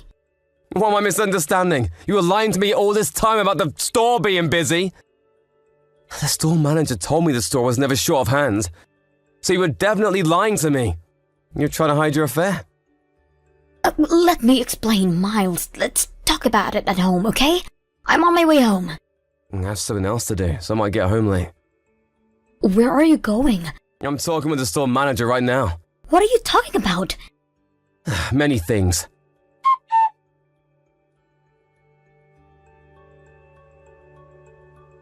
Hey, Miles, are you not coming home? Where are you? Yeah, I was doing some research about the guy you were meeting in secret. He's a vice president, isn't he? Oh, you found out. I knew you would find out. Well, I guess it was easy to figure out if the workers saw me with him. You talked about him once in a while, but I never thought you had an affair with him. You told me you looked up to him, but in reality, you loved him. I should have realized earlier. You were talking about him so much. Miles, why did you visit my workplace? You would have been better off not knowing. What's with your defiant attitude? It was fate for me to find out. Why did you come visit me today out of all days? You didn't have to be so kind. You and the vice president, you both were skipping work, saying you were sick or having family problems. The store manager showed me your absence records. He said he wants to discuss about you skipping work. I guess you'll get punished one way or another. Does the store manager know about the relationship between me and the vice president? Of course he does. All the workers know now. Oh my gosh. You've been going to hotels skipping work, huh? How selfish of you. We weren't always going to hotels. We sometimes went on dates. I don't care. It doesn't change the fact that you were having an affair with him. Going to the hotel together, that reveals a lot. Tell me, where were you? Where are you now? I just visited the vice president's house. I'm back to the store, though. The person I was meeting wants to check his absence records as well. Really? You were at his house? I met his wife there. Apparently, he also has a young daughter. You know we're at a hotel. I didn't go there to the vice president. I visited to talk with his wife. Talk about what? First, I told her about the affair. And then we talked about what to do next. What do you mean next? What are you gonna do? We discussed about how you can compensate. And about the compensation money. Compensation money? Who's gonna pay for who? Both me and his wife have the right to charge you. I'm definitely going to charge you to pay them for me. Okay, I'll pay. So please don't divorce me. Huh? Why? I can't continue being your husband after you cheated on me. Please. How about you get a divorce with me and remarry the vice president, huh? I don't know if he wants to remarry you, though. I don't think he'll get a divorce. His wife is from an affluent family, and he lives in a rich lifestyle. He also has a daughter, so I don't think he'll leave his family. I guess he never loved you then. He's a player. If you knew that he'd never leave his wife, how come you chose to have an affair with him and destroy your own marriage? I really regret it. Regret it until you die. I will never, ever forgive you. Please, I'm begging you, just forgive me. If it was just one lie, I might have been more calm. But you've been lying to me about it so many things. And it also makes me upset that you believe that you would be able to hide the affair from me forever. You thought I'm blind? You're definitely looking down on me. I never looked down on you. True, You have to believe me. You said you loved your job. You never loved your job. You loved the guy working with you. Your eyes shine from excitement because you were about to meet him.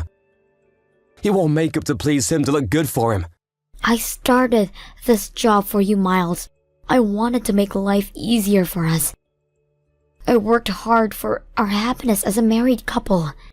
You started a job for your husband, but ended up having an affair with another guy at your workplace. I didn't gain any benefits, did I? You're single and independent now. You're free to work as much as you want.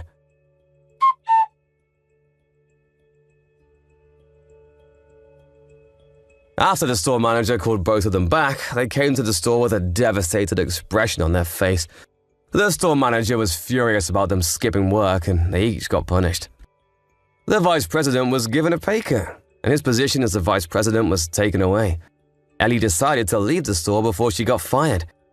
After the punishments were decided, both of the couples had a discussion to decide what to do next. The vice president suffered from physical damages after being beaten up by his wife. Ellie suffered from financial damage after I decided not to support her financially. We got a divorce as I planned. Ellie lost her house and job at once, leaving her hopeless. But the vice president who remained to work at the store was also hopeless. His wife decided not to get a divorce with him. But he is now treated like a slave with his wife dominating the household. I sold the house I lived with Ellie. My brand new life has just begun. Jackie, I'm so sorry. When I'm done handling the damage to our car and talking over what happened in the accident, I'll be heading right to the hospital. All right. I still have to talk with the person we hit and have them get our insurance information. Anyway, how are your legs doing? The doctors think that I'll never be able to walk again. There was a few fractures in my lower spine, and they completely caused me to become paralyzed from the waist down. My femur is broken as well, but I can't feel it, so it's not painful for me. I'm sorry. It's because of me not paying any attention and running that red light. I'm so sorry for what I've done to you. I promise that no matter what happens to you, I'll always be here to take care of you, so forgive me. What happened, and so there's nothing we can do but move on from this. You can't expect there to be any way of reversing what's happened, and that's fine. But it's not fine. It's because of my lack of care that you ended up losing the ability to walk. I feel like I can never be around you anymore, or else I might get you hurt again. But you don't have to keep beating yourself up over it, since it's all in the past now. I can already see that you've suffered enough having to worry about me. I was pretty upset myself, but thinking about all of this, I'm just happy that the two of us are still alive. And the fact that the other driver ended up walking away with no injuries is great for everyone as well. Jackie. I want to eat something sweet right now, Will. I can't move out of bed right now, and there's no way for me to get to the hospital's cafeteria. When you come to see me, can you buy some dessert for me? Maybe some cake or an ice cream. I can. I'll buy you your favorite cake and come. Wait, but is it really okay for you to be eating cake right now? I told you that I want to eat it, so you'd better get some and bring it here. I'm sure the doctors won't care that I get to have something that'll cheer me up. All right. Another thing. I really don't think I can see your parents right now. My parents were both shocked to hear the news, but at the moment, they're both really calm. You'll be fine. I hope so. I'm sure they'll try to get me to leave you or something. And after what's happened, I'm in no place to say no to them. But even I don't want the two of us separating, and I promised that my parents would never ask that of you. You've already talked about this, and they said accidents happen to everyone. I just happened to be in the wrong place at the wrong time. Honestly, they've already know you've paid a price because you totaled that nice car of yours. But if I was in their shoes, I'd never be able to forgive me for what I've done. I've literally caused the accident that took away your ability to walk. Me losing my favorite car is one thing, and it can be replaced. But you losing your legs is a completely different thing and far from personal to them. I told you, Will. You'll be fine. My parents are not those kind of people. I'm sure they're a bit upset over what's happened to me, but I think they're more happy to see that we're both still here. I'm a failure, Jackie. I was the one that pretty much ruined your life. I can understand that this is really hard for you to take in, and I know that after this, there will be even more tough bridges we'll have to cross together. But because we have each other, we'll be able to make it. So, let's do our best together? Okay, you're right. Just like you said, Jackie, I'll make sure to give you my all to make sure you're okay. Even if that means having to sacrifice some of my time to be there for you. Thank you. I'm sure for a little while, I'll be a bit of a burden on you, but I will do my best to move on from this and make myself more independent again. I promise that.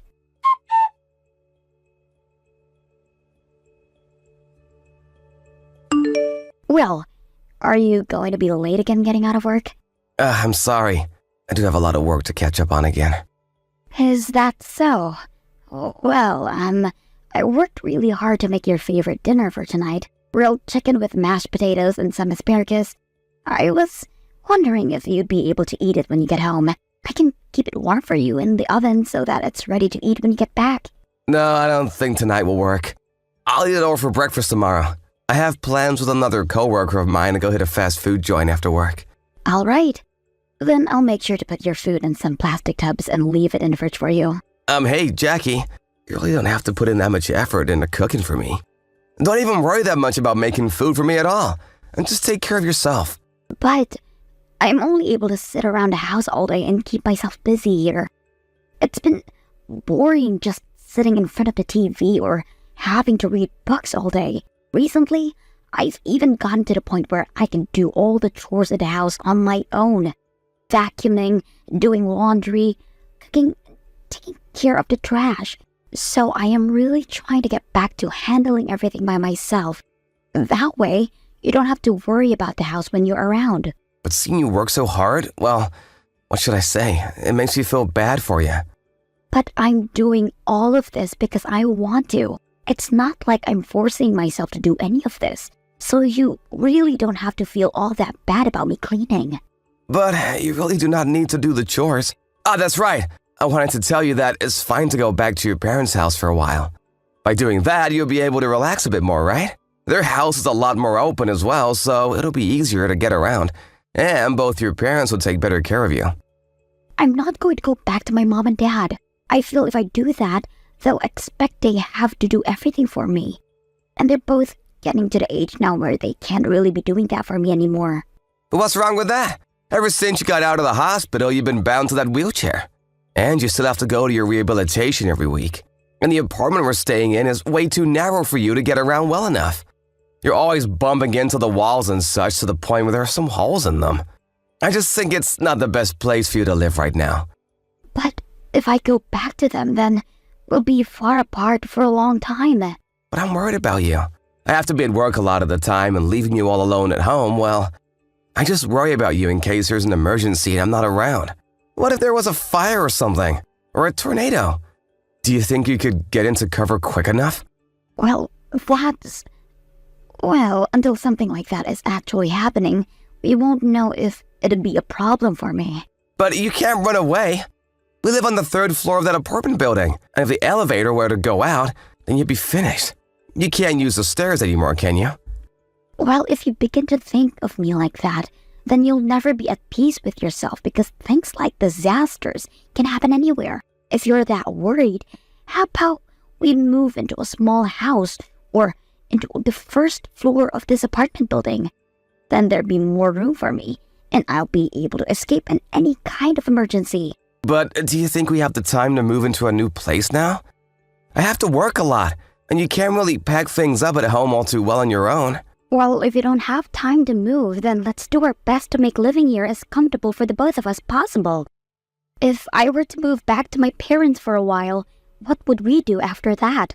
If you think that I'd be able to move back here after all the reasons you just listed off, things might now work out as well. I am going to be in this wheelchair for the rest of my life. Could this mean that you want to live forever apart? That's not what I meant. I just want to say that I'm really worried about you living in our apartment right now. And that's why I am doing my best to make sure that I don't cause any trouble for the people around me. Can you just trust me a little bit on this? This isn't about me trusting you or not, though. Then, could this mean you just want me gone? You're wrong. Well, recently you haven't been around the apartment much. And when you do come home, you go right to bed. And on your days off, you leave here to go out on your own somewhere. And so it just looks like to me you don't want to be around me. Jackie, I'm sorry. What? To be blunt, it hurts me to look at you. Huh? When I see you, I remember the accident that I put us both through. And deep inside, I feel as though everyone keeps blaming me for it. I see your parents blaming me, your family blaming me, your friends, everyone. You should be trying not to think about whose fault it was and working to move past what happened. But it's too much for me to handle right now. Every single day is terrible for me.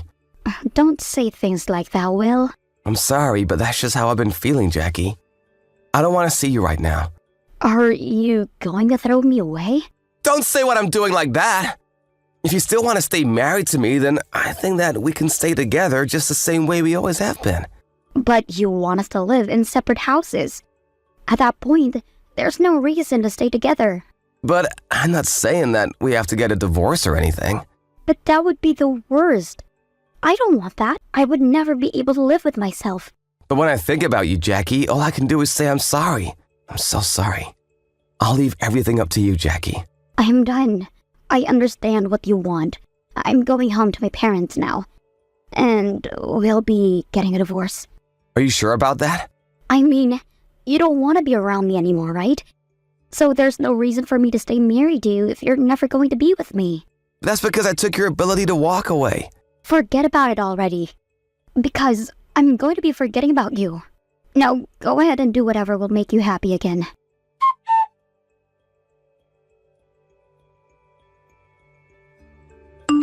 Well, I heard something from my mom. You did? Your mom really doesn't have the best timings for things. I never thought that she'd be the one to just come into the apartment to grab all your things without telling me first. It's only been a few days since we divorced, Will. Yet, you already have another woman living with you there now? So, for a long time, you've been wanting a divorce, huh? You must have been cheating on me, right? That's not it. The moment we divorced, I ran into the woman of my dreams. We realized that we're both meant for one another, and so we've just started living together. I was able to get the key to our apartment back from her. So, make sure to tell her to never come back here again. You are literally the worst, Will. You have really done it this time. If you had a woman with you besides me, then you should have just told me that instead of saying it hurt to look at me. Did you not want to pay me anything for having an affair? But I'm saying that I haven't been cheating on you. Do you have any evidence of me being with her while we were married? But how can you start living with another woman that quickly when we only just got divorced a week ago? I know for a fact that you had been with her before the divorce. Well, if you happen to find the person of your dreams, then you'd go after them too, right? And you should be happy. I only started dating her after we divorced. That way, there's no problem now because you and I are just strangers.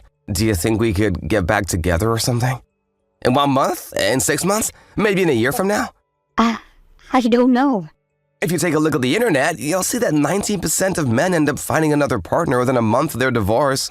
So me finding her this early on is completely fine. And I'm sorry, but I don't think I was ever coming back for you after this. I have my dream partner now, so I can't be changed. But I've never heard of someone finding another partner within a few days after a divorce. Well, it just so happens that you have now. And also, shouldn't you be forgetting about me now? Do you think it's healthy to keep thinking about me after a divorce? What the heck? Your attitude has really changed, Will. Before the divorce, you were so sorry for what had happened to me. But now you're acting as though within 3 days you've never felt bad for me before? Well, I'm doing what you're doing and moving forward with my life. So come on now. Stop trying to talk to me about my life and just focus on creating a new life of your own. And I mean, you still have to be in a wheelchair. You should be doing your best to make life a bit brighter for yourself. I cannot believe this. You have been hiding all that from me this whole time. I've not been hiding anything from you. Please stop trying to doubt me so much. It's making me feel sick to my stomach listening to you. But there were still some of my things over at your apartment. So how did you manage to change your life so quickly without at least letting myself fully move on? You have been having an affair for a while now because of my disability, right? Can you stop with all this? You and I are no longer together. In the divorce, I made sure to split our properties with you, so there's no reason to still be complaining about me. I've had enough of this. I'm trying my hardest to forget everything about you, but but you're making that difficult by sitting here and arguing with me. But it's because of the way you lied to me about yourself and her. That I cannot just let you run away from me. You told me to live however I wanted to, right? But I didn't think that would mean letting that woman you've hid from me live with you in just a couple days. I am not going to be forgiving you for any of this. Even though you said you'd forget about me as soon as possible? Well, think about me all you'd like. But don't think that I'm the monster just because you had the wrong idea here. I was finally able to get myself away from the disabled woman that haunted me. I'm making sure to throw away all my grudges against you. And I'm going to start celebrating my freedom.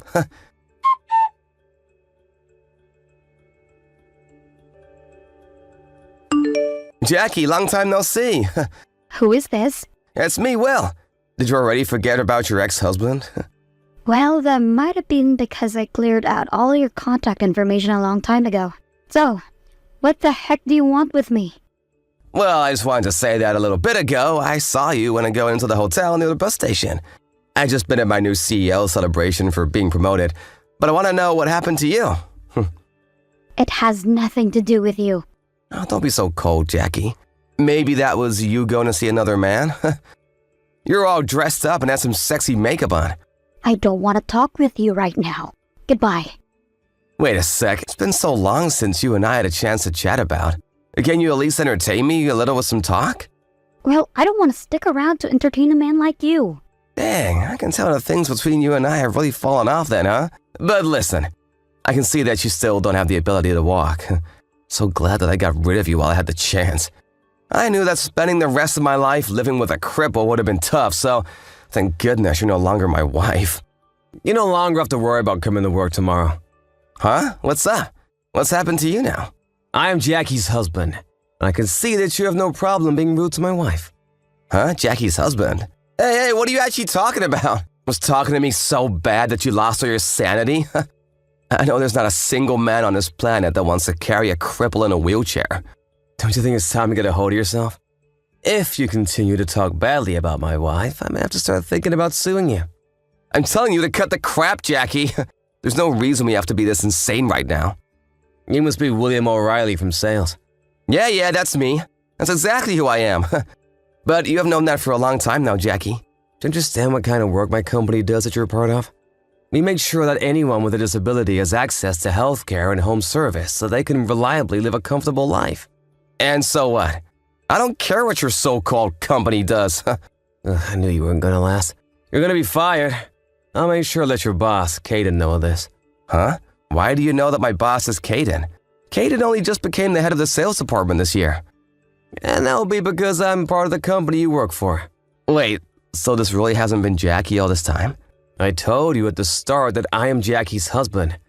And I am the current CEO of the company that you are employed in, Jeremy White. What? What? You're lying about that, right? You'll be able to know if this was a lie starting tomorrow.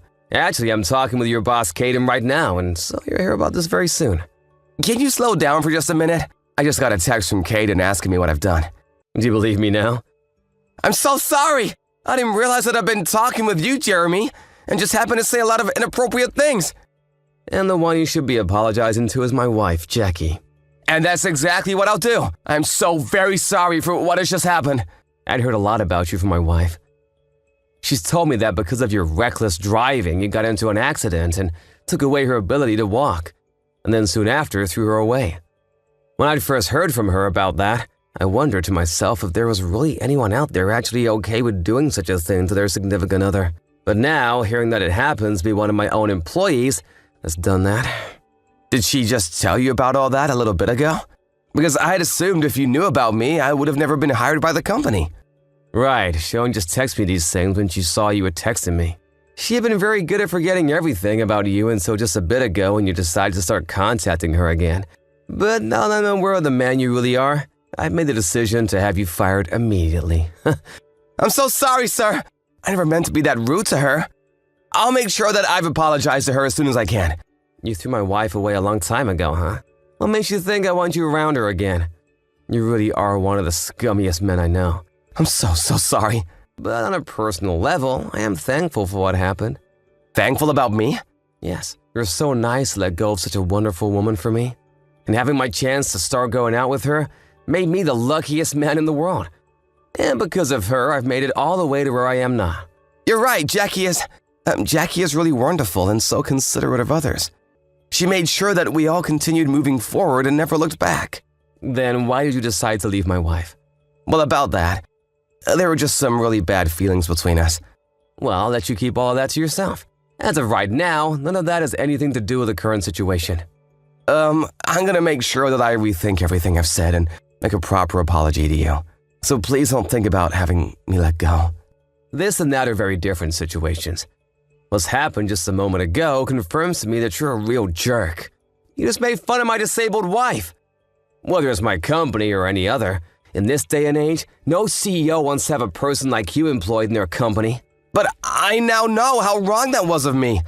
I promise that I'll never do anything like that to anyone ever again. Oh, it seems that my wife has something she wants to tell you. Huh? This is Jackie. Don't ever try talking to me again, okay? And I'll just make sure have you blocked just in case. All right, I'll never talk to you again.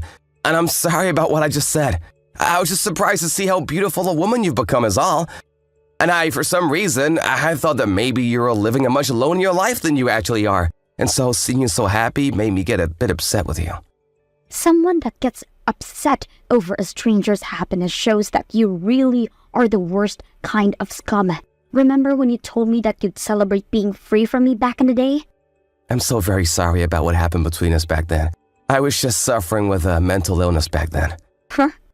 Even though I was the one that ended up being a paraplegic? And you can't act as though you were that depressed about things when you had the energy and will to go out and cheat on me. Please, Jackie, can you please get your husband to forgive me? I've been working so hard to make sure that I can stay on task with my career. Why do I have to be the one to listen to what you've asked? We're complete strangers now, right? And it's not like you have to apologize to my husband anyway. You have to apologize to me. I'm so sorry, Jackie. I really made too many mistakes back then. Well, it doesn't matter to me now. Are you going to be able to forgive me? I know that you're too nice to let me suffer, right? I can even see that you haven't changed a bit since we last talked to each other. I'm saying it doesn't matter anymore because there's no reason to forgive you. After this, there will literally be nothing keeping us in touch. Please don't say something like that. After all, I'm your ex-husband. I forgot about you. What? Because of my ability to forget about you so easily, I have been living my best life with Jeremy. So thank you so much for throwing me away 5 years ago. I'm no longer upset with you, so you can go and celebrate my happiness in your free time, okay?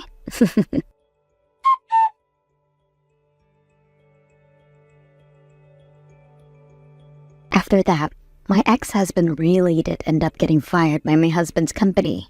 Of course, even though he was working for a company that cared for those with disabilities, the reason for his firing had nothing to do with what he said to me.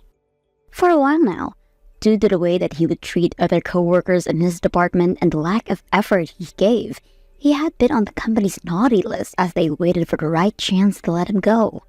Of course, still hearing about him losing his job there leaves me with a warm feeling in my chest. But I must ask, how did he even ever end up in a company like that in the first place? I had assumed with how he was upset with me, he would never want to be in a company that supported other disabled people. Well, I'm sure that he only said those things about me being disabled because he had another woman in his life. But as far as I'm aware, that woman and him actually broke up a while back, and he's been living on his own for a few years. Apparently, he was just a jerk to everyone he met, and so how he treated that woman wasn't an exception. And so ever since then, he's not been able to find himself any other woman that want to be around him. Well, anyway, Will is now unemployed and it's in the middle of the year when companies aren't really hiring. So, I wonder what he'll be able to do now. One thing is for sure though, and that's that I'm living a happier life than he is. I may be bound to a wheelchair, but because I found a man as accepting as my husband, every day of my life has been wonderful for me. And I never have any regrets of divorcing my ex back in the day, because things would have never worked between us. In order to not have myself live in the dark with Will, I made sure to try my hardest while on my own. And That's how I was able to pull myself up and out of that depressing world my ex had me in.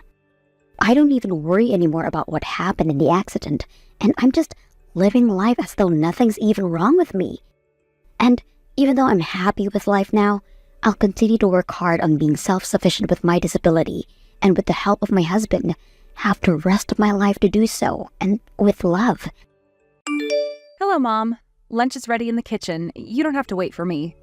Yes, I'm having lunch right now, but what is this soup? It's so salty, I don't think I can finish it. And the main dish. I thought I was eating pet food. I'm sorry. Haley, if I keep eating what you cook for me, I'll get high blood pressure. Or are you trying to make me sick on purpose? Of course not. Do you hate me so much that you're trying to kill me without realizing? No, why would I hate you? You're lying. A devil in disguise. What a terrible daughter-in-law. This is why I never wanted my son to marry you. I'll be careful next time. I'm very sorry. You've been married for more than 6 years, but you still can't cook properly. You're not trying your best because your husband is on a business trip. I bet you don't even want to cook for your mother-in-law. No, I never thought so. And your kid is really annoying me. She's so noisy, it's impossible for me to take a nap. I've been telling you to take her outside to play when I'm at home. I'm sorry, but it's been chilly for the past few days because of the bad weather. My daughter refuses to go out. Just kick her out of the house. You're spoiling her too much. But it's really cold outside. Many of her friends at her preschool are catching a cold because of the cold weather. You're worrying too much. When I was a child, I used to play outside even during a snowstorm. The cold should not stop kids from going outside. I'm ashamed of your daughter. Like mother, like daughter. I'll tell her to be quiet when playing inside the house. She's becoming like you, Haley. Me? I don't know. She has your flat nose. Everyone in the family has a prominent nose except for you two. You both look like a pig. How embarrassing. If only she looked like my son. But she's still your granddaughter. She won't be my only grandchild anymore. No longer my only grandchild. What do you mean? Helen got pregnant. My husband's sister? After many years of fertility treatments, she finally got pregnant. She told me she was in her second trimester. I'm glad to hear that. She always wanted a baby. And she's having a son. I prefer having a grandson. I think they look adorable. Why? It's obvious. By the way, Helen is coming home to give birth in her hometown. She's going to use the spare room in our house. Make sure to clean it up before she gets here, okay? Are you talking about the room that's filled up with stuff we rarely use? Get all the stuff out of the room and clean it up. Don't leave a single speck of dust behind. We can't let my pregnant daughter sleep in a filthy room. There's still some time before she comes back, but there's a lot of things to get ready for, so be prepared. All right. Should we also change the wallpapers and floor tiles as well? It's gonna require some reconstruction. How about we renovate the whole house before she gets home? Isn't it a wonderful idea? Renovate the whole house? I hope she can move into our house with my grandson. Huh? If she moves in, I'll be able to see my beloved daughter and my lovely grandson every day. It will be so nice to see him grow up. If we're really renovating the house, which company should we contact? Can you do some research about it and negotiate for an affordable price? Make it as cheap as possible. Am I in charge of the research? What? Are you complaining? We allowed you to live in this house. Can't you do something in return? Okay. I'm so excited to meet my grandson.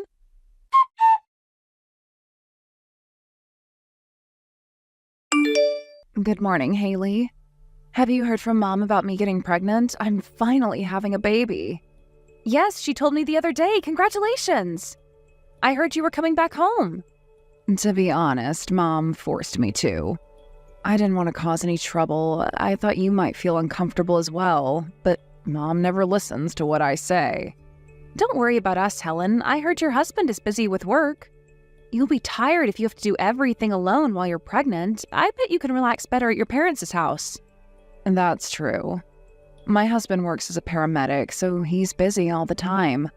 I heard that there's not enough workers. I bet they're really busy. How's my brother? Is he doing okay? Is he on his business trips as always? Yep, he's always in another country. So you're alone in the house with your mother-in-law? I bet you're stressed out. No, I'm fine. Mom's been very kind to me. If you have any complaints, just tell her, okay? Don't follow all her orders. You have the right to say no. I hope I have the courage to say no. My family has a strong personality, so you have to start expressing your own opinions. They'll try to do everything their own way. Mom really has a strong personality, doesn't she? And now your pregnant sister-in-law is coming home. I guess you're in a stressful situation more than ever. No, I'm okay. Really? I would have left a long time ago if I was you. I'm looking forward to meeting you, Helen. My daughter's also really excited to take care of the baby. Really? She's so adorable. Did she turn 5 this year? She's a big girl. Yeah, she's 5 years old. She said she's going to take care of your baby like her real brother. I'll be relying on you guys then. We'd love to help, Helen. It's been 5 years since I took care of a baby, so I'm actually really excited. But I'm guessing Mom would want to do everything for the baby and wouldn't allow us to even touch her grandson. Is she that excited? She said she hoped you would move in. Really? She must be kidding. She's already living with her cute granddaughter. Helen, I think she's serious about it.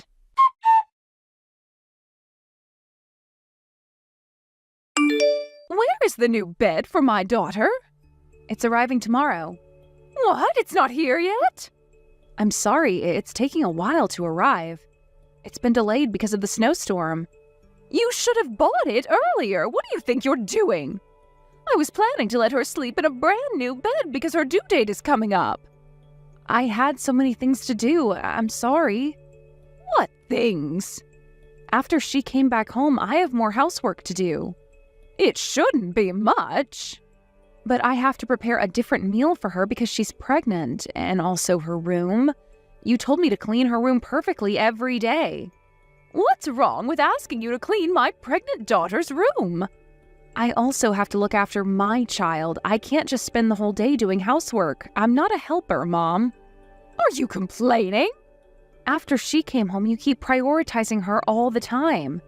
It's as if she's giving birth to your first grandchild. My daughter is also your grandchild. I think you're treating her unfairly. Oh, really? So you're complaining to me? I'm just asking you to treat my daughter better. I'm asking for fairness. Shut up. Stop giving me orders. How about you just leave the house then? My real daughter is going to give birth to my lovely grandson, so I no longer need you and your daughter in my house. Huh? You're outside shopping with your daughter now, aren't you? I'll lock the door so that you can't come in. You're free to go anywhere you like. Wait a minute, it's a snowstorm outside. Are you locking us out in this weather? You can't do this to us. It's none of my business. How about you find a cave for shelter? I'll rescue you when spring comes. Please, don't do this to us. I'm sorry if I offended you. Could you at least let my daughter stay inside? Please, I'm begging you. It's too late to say sorry now. I hope your daughter becomes quiet after experiencing the cold. You'll be able to discipline your child. How can you say that? She could die in this weather. Then find a hotel. How about you get a divorce with my son as well? Then I'll finally be able to live with just my real family members.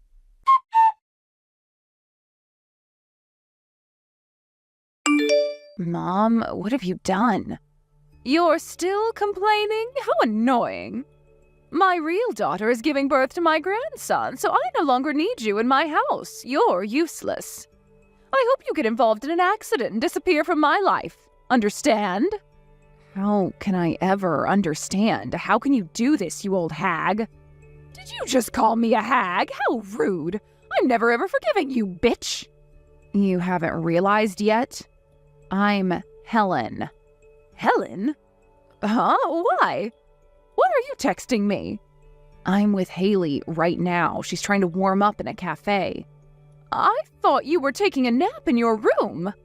I went for a walk and ended up going shopping, but it started snowing, so I hopped on a taxi to get home. And on my way home, I saw Haley shivering in the snowstorm with her daughter. Mom, you locked them out, didn't you? She was being rude to me, so I was teaching her a lesson. You should have just left them there. I bet you're freezing. Come back home and have a warm bath. I'm not going home. I'm going back to my own house. What? Your due date is just next week. You could give birth any time. We can't change hospitals now. Haley told me how horribly you've been treating her. You've been bullying her since she moved in. How can you do this to your son's wife? How would you feel if I was treated like this by my husband's mother? I would never tolerate that. Then why could you do the same to your daughter-in-law? You're terrible, Mom. I never knew you were like this. Calm down, Helen. You're losing your calm because you're pregnant. Let's calm down and talk about it together, okay? My pregnancy doesn't matter. If I wasn't pregnant, I would have punched you in the face. It's my responsibility to discipline my daughter-in-law. Discipline? Locking her out during a snowstorm? You should never do something like that. You're a killer, Mom. You planned a murder. I planned on letting her in after she endured the cold for a while. You're lying. They were ice cold when I met them. If I didn't pick them up, they might have lost their lives in this snowstorm. Are you aware of how terrible you are? It's not like we're in the mountains. They wouldn't have lost their lives. Then how about you try walking in this snowstorm? I doubt you can even walk straight with the snow blocking your vision. Okay, I'll apologize to them. If Haley forgives me, stop complaining, okay? If she ever forgives you, I have nothing to say. Hello? It's me, Haley. Oh, Haley, I'm sorry I locked you out. I never knew the snowstorm was this bad. Forgive me, Haley. No, I won't forgive you. What? We almost died in this snowstorm. Why would I forgive you with a simple apology that lacks sincerity? I'm being sincere. I'm giving you a proper apology. You just want to avoid Helen getting angry at you. I don't think you can call it a proper apology. What do you want from me? I don't need anything. You don't have to apologize. I don't think I can ever forgive you. You're really stubborn and narrow-minded. You should forgive me. I apologized. You're not being sincere at all. Helen is shocked with your attitude. She said she'll never allow you to meet her son. Wait a second. That doesn't make any sense. Why? Why can't I meet my grandson? I'm his grandma. It's up to Helen. Let me talk to Helen about this. She's calling my husband, so she's not available right now. She's telling him what happened. And she also told me to move out as soon as possible. Is everyone trying to leave me? I'm moving out like you wanted me to, and my husband is coming with me. Helen is furious and decided not to visit your house ever again. My son was the one who wanted to live with me. I don't think he will ever agree to move out. No, he clearly told me that he'll be moving out with me. I can't believe it. My husband never knew that I was being treated horribly by his mother. I didn't want him to worry, so I chose not to tell him. But I regret not telling him earlier about it. Are you leaving me alone in this house? I thought you liked a quiet environment. You could take a nap as much as you want and cook anything you want to eat. I'm happy how everything turned out. I can finally live with my real family without any disturbance.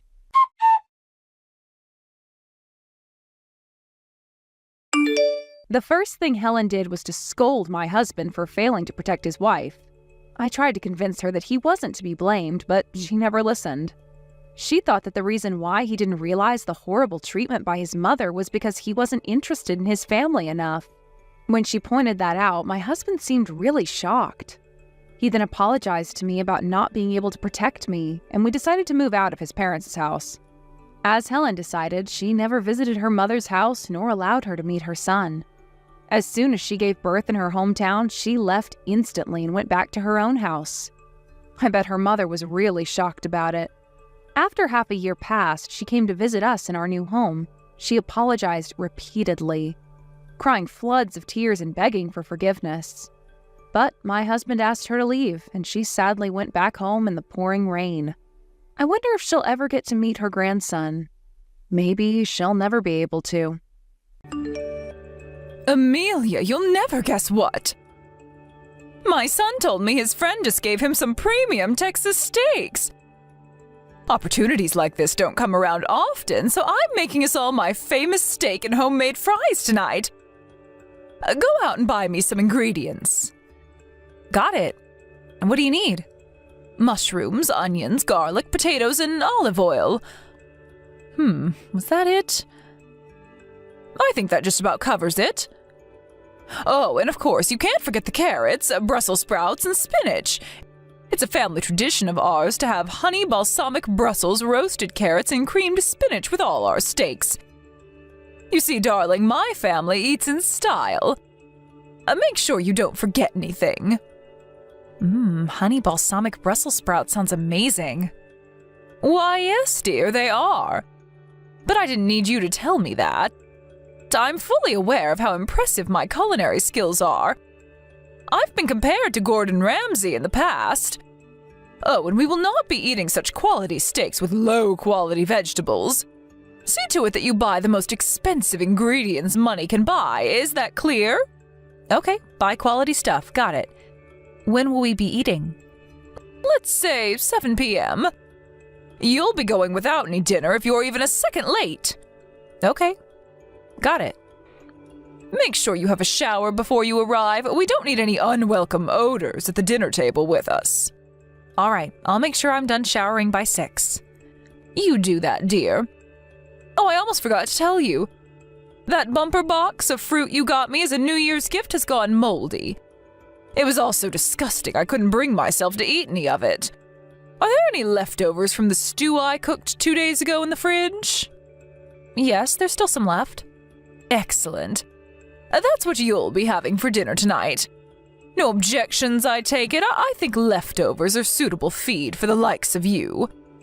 These premium Texas steaks would be wasted on you. Right. Sure thing. Are you done cleaning my house?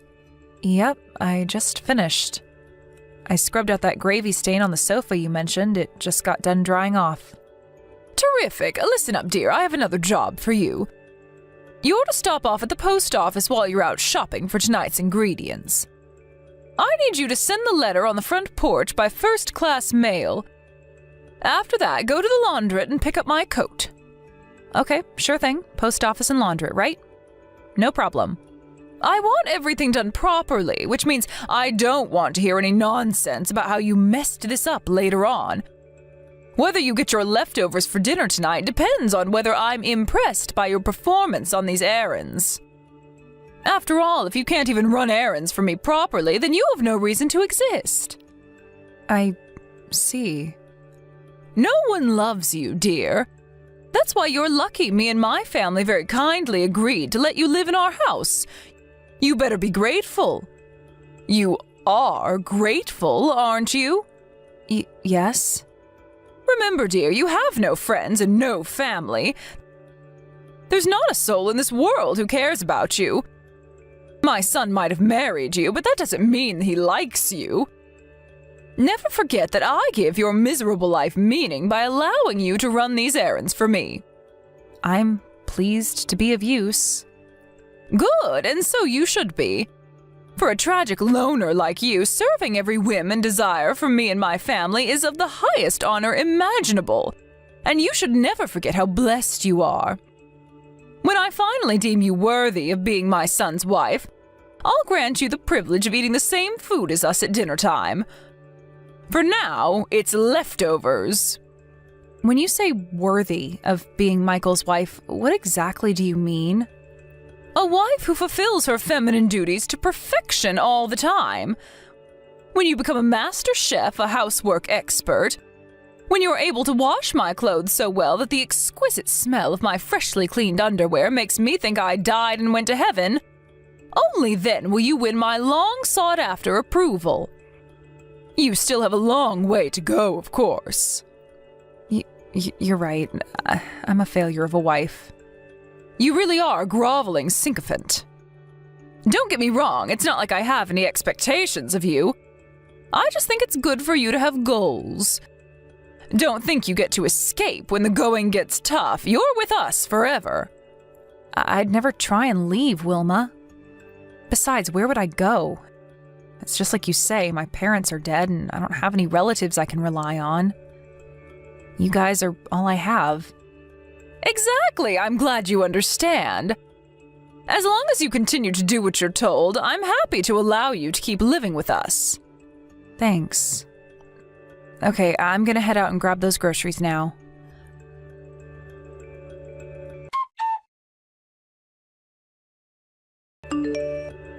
Good news! My beloved daughter is finally coming home after all these years. Priscilla? Yes, I don't have any other daughters, you simpleton. Ah, but you haven't met her, have you? I met her briefly, once at mine and Michael's wedding. She's a professional chef, right? I heard her cooking skills are world-class. Is it true she even once worked at the American Embassy in Japan once? My daughter is a cut above the rest. That's not all. She used to work at a 5-star restaurant in Paris. She lives in New Hampshire with her French husband now, so I hardly ever get to see her. The two of them opened a French restaurant up there a few years back, and it got awarded 4 stars last year. The whole town was there to celebrate. Wow, that's amazing. My daughter's always been incredible ever since she was young. She's still just as much of a high performer as she was back then. Her IQ was measured at 173 at the age of 12.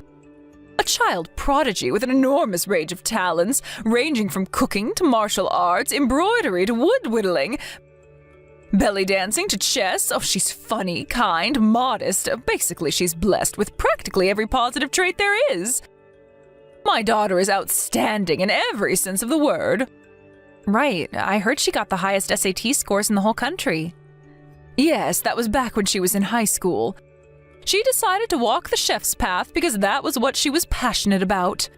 But I know she could have been a lawyer, astronaut, or Nobel Prize-winning scientist if she'd have put her mind to it. She's my pride and joy. Have you ever been to her restaurant? New Hampshire's a long way away. Sadly, no, I still haven't been, as much as I'd love to. You see, I hate flying. In fact, there's nothing that terrifies me more. It pains me to say, but I'll probably never be able to go. Have you never thought about going up there on holiday? It is technically possible by car, but I'd be driving for 46 hours. Not to mention all the hotels I'd need to stop off at on the way. My back's been giving me all sorts of trouble lately, so I can't sit down for long periods of time. If I'm being realistic, it's probably impossible. Priscilla hasn't been home once since she opened the restaurant 3 years ago because her hands have been so full with running it. Wow, you must be really excited about finally seeing her again. Will her husband be coming with her? Apparently it'll just be her this time. She said Jean-Pierre would love to come and meet everyone, but he's staying behind because they can't afford to leave the restaurant without anyone in charge. Things must be really busy over there. My daughter isn't the only one who's outstanding. Her husband is just as impressive. I've lost count of how many international cooking contests they've both won. Their living room is full of trophies. Apparently people travel from all over the world to see them when they see their names on the list of contestants. Aren't they just amazing? Priscilla sounds really cool. She really is. Not like you. Right. I'm not really that good at anything. Don't worry, dear. You do have some use. It's your job to make preparations for my darling Priscilla's homecoming to ensure her stay is as pleasant and comfortable as possible. She'll be back next Saturday morning. Make sure the guest room is sparkling clean from the top to bottom. I want the floor to look so shiny she could eat her breakfast off it. Not that I'd make her do that. Actually, maybe I should make you do it to make extra sure you do a good job. Make sure you give the whole house a go-around with the mini vacuum, too. I saw a flea under Mr. Bigglesworth's collar the other day. The last thing my daughter needs is to come home to a creepy crawly infestation. Okay, there's something else that's been on my mind. So, I normally cook all the meals, right? But are you sure I'm really qualified to be cooking for a world-class chef? Wouldn't you rather we get takeout or go to a fancy restaurant? She said your cooking will be fine. Remember, it's her job to cook for other people. She says she's looking forward to trying someone else's cooking for a change. Oh, really? Well, I guess that makes sense. I hope she likes my cooking. Let's face it, the chances are slim. Ah, yes, I almost forgot to tell you.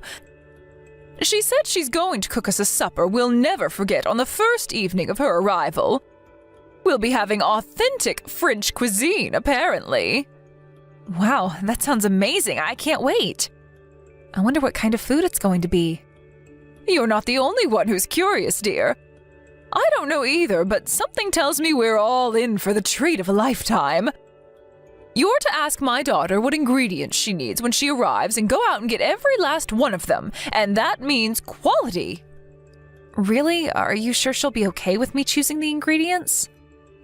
I imagine chefs to be very particular about that kind of thing. Is there anything she's picky about?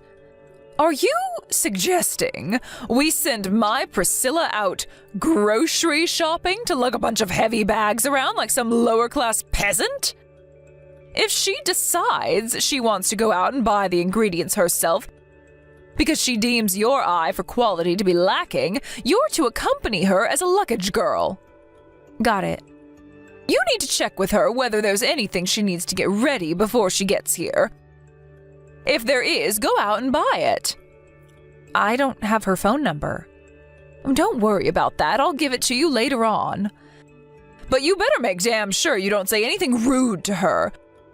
She's used to rubbing shoulders with the upper crust of society, so a peasant girl like you should be on her best behavior. That applies for the entire duration of her stay. Best behavior. Got it. You and my daughter live in different worlds. She's not normally the kind of person you'd get the privilege of meeting, so you should be very grateful to me for the opportunity. She's leagues above you in every way possible. Yep, I know that, Wilma. I'll make sure to keep interaction with her to a bare minimum. I wouldn't want to bother her. I'll be careful not to say anything rude either. Excellent, good girl.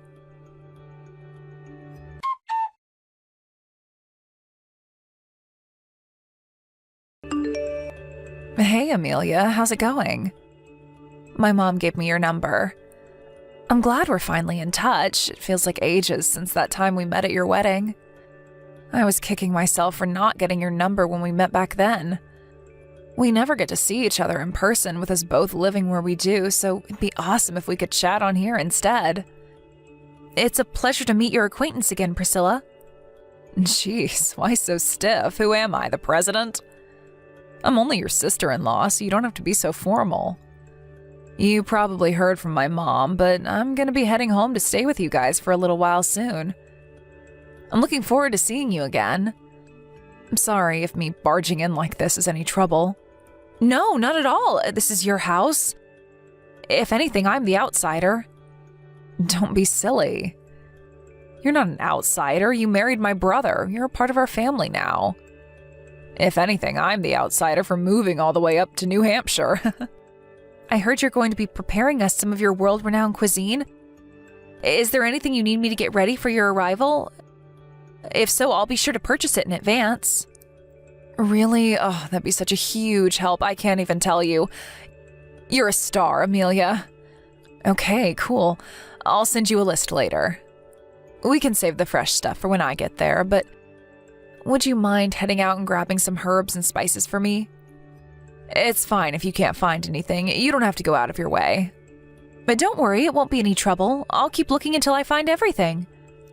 Thanks. You're really dependable. I don't think I am. You so are. Leave the cooking to me. What do you want to eat next week? Tell you what, how about I cook you your favorite? Obviously, French food is my specialty, but I'm good with Italian too. I make a mean bolognese. I mean it, whatever you want, don't be shy. Well, I appreciate your kindness, but your mom said I'll be having the same as always. You can make whatever you like, I'll just have your leftovers. Go ahead and make whatever your mom wants. The same as always? Leftovers? What the hell? Food as delicious as yours would be wasted on me. Please, make something that'll make your mom happy. Ooh, whoa there, hang on a sec, what? There's no way I'm traveling the length of the country without making my sister-in-law her favorite dish. We never get to see each other like this, so come on. What do you say we make the most of it? I want you to have something you enjoy too. I'm fine, really. We have tons of food in the fridge that I have to eat anyway. So let's eat it together a few days later, after I cook you something you like. But it's my job to eat that stuff. I'd feel awful if you got food poisoning. Excuse me? Oh, nothing. All I mean is that you don't have to worry about me. Amelia, I hope you're not holding back on me. You and I are family. Family? I could never be considered equal to someone like you. What? Stop it. You shouldn't speak so negatively about yourself like that. I appreciate if you're trying to be respectful, but being overly polite can sometimes have the opposite effect. I'm really sorry. Do you eat leftovers every day? How could my mom and brother just stand by and watch? I only eat food that's appropriate for someone like me. I'm just grateful to be allowed to live in this house in the first place. If, by any chance, does my mother say the same things to you? No, never. Just my own personal opinion, that's all. Why would you be okay with eating leftovers every day? You're not a dog, you're my brother's wife. Now that I think about it, I've never really heard anything from my mom or Michael about you. On the rare occasion your name does come up, my mom does nothing but complain and badmouth you. I don't get it. How could anyone dislike someone as kind and thoughtful as you? No, your mom's right. Everything's exactly as she says. I'm just a worthless good-for-nothing who causes problem after problem despite the fact that your mom was kind enough to let me live with her. I feel guilty for existing. Oh my God, what the hell has she done to you? What did she do to you to make you believe all those horrible things about yourself? Amelia, if it doesn't make you too uncomfortable, I'd really appreciate if you told me what's going on here. I'm just a useless waste of space. My life has no value. That's why I have to serve your mom and Michael with loyalty and diligence to make sure they never toss me in the garbage where I belong. Did someone say that to you? Your mom? I see. So my mom's the one who's been feeding you all these twisted lies? What does she think gives her the right? I'm so sorry. You don't have anything to apologize for. If anything, I should be the one saying sorry for not noticing this was going on. I've lived so far away from you for so long that I didn't notice you going through hell this whole time. Priscilla, are you angry with me? I'm so sorry. No. I'm not angry with you, Amelia, not one bit. But I'm telling you, this isn't your fault, sweetie. But it looks like we have some brainwashing to undo before you believe me. Brainwashing? Yes, brainwashing. The only reason you have such a low opinion of yourself is because my mom's been subjecting you to such horrible abuse for so long that you started to believe the awful things she says about you. You haven't done anything wrong, not a thing. I mean it. You're a wonderful, kind person with a lot to give to the world. You mustn't listen to my mom.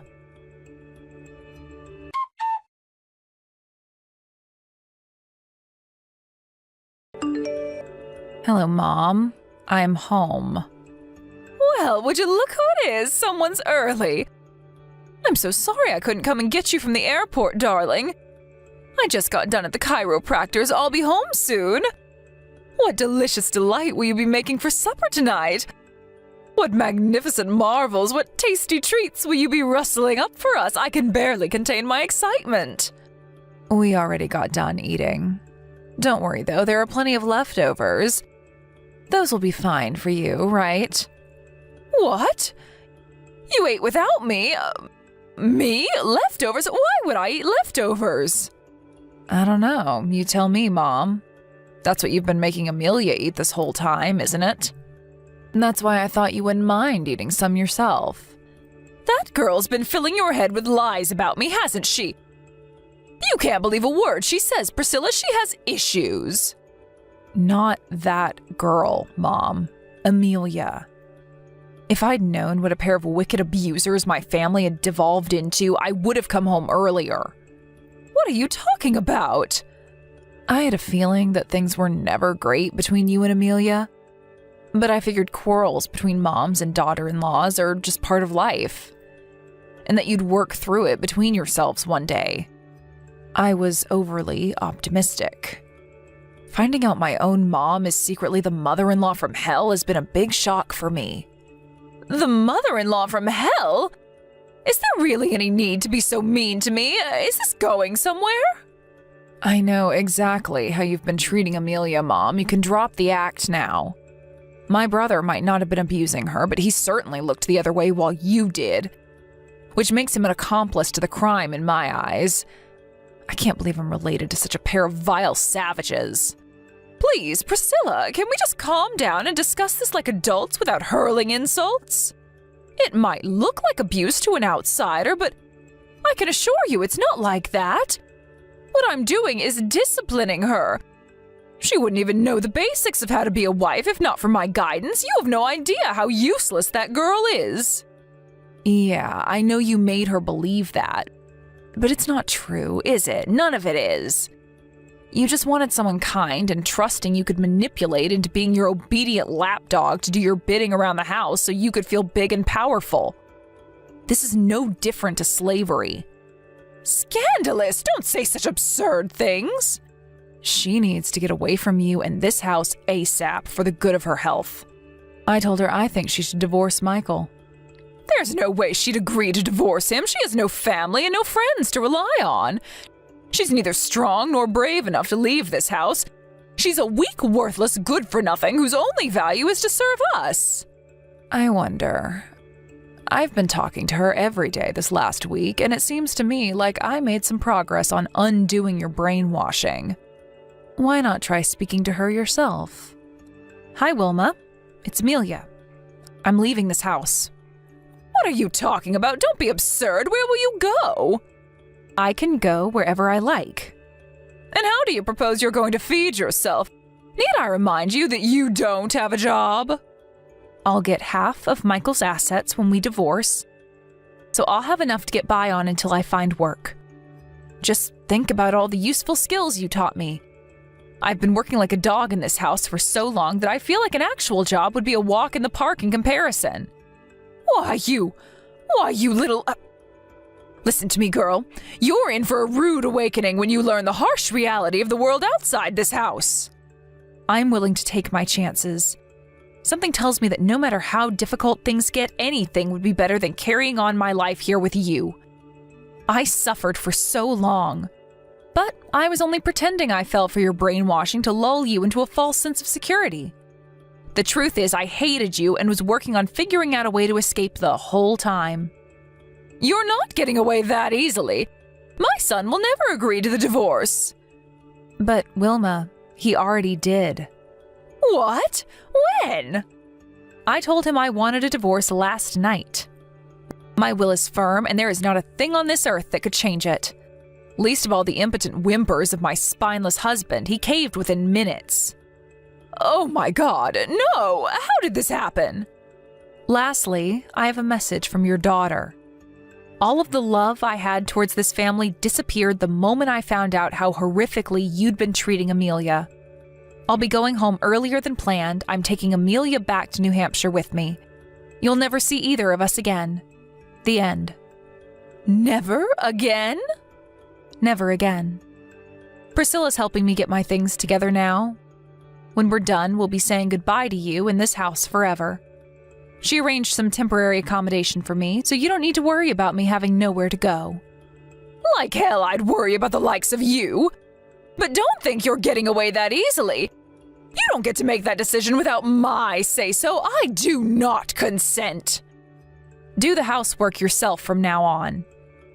To think I was kind enough to let a worthless, good-for-nothing failure of a bride like you live in my home, in spite of the fact that no one loves you and you don't have a soul in this world other than me to rely on. And this is how you repay me? You're heartless. You're wrong, Priscilla told me. She told me that my life does have meaning. And you know what? I decide that meaning for myself. Besides, Wilma, shouldn't you be celebrating? If I'm really such a worthless, good-for-nothing failure, surely you'd be better off without me around.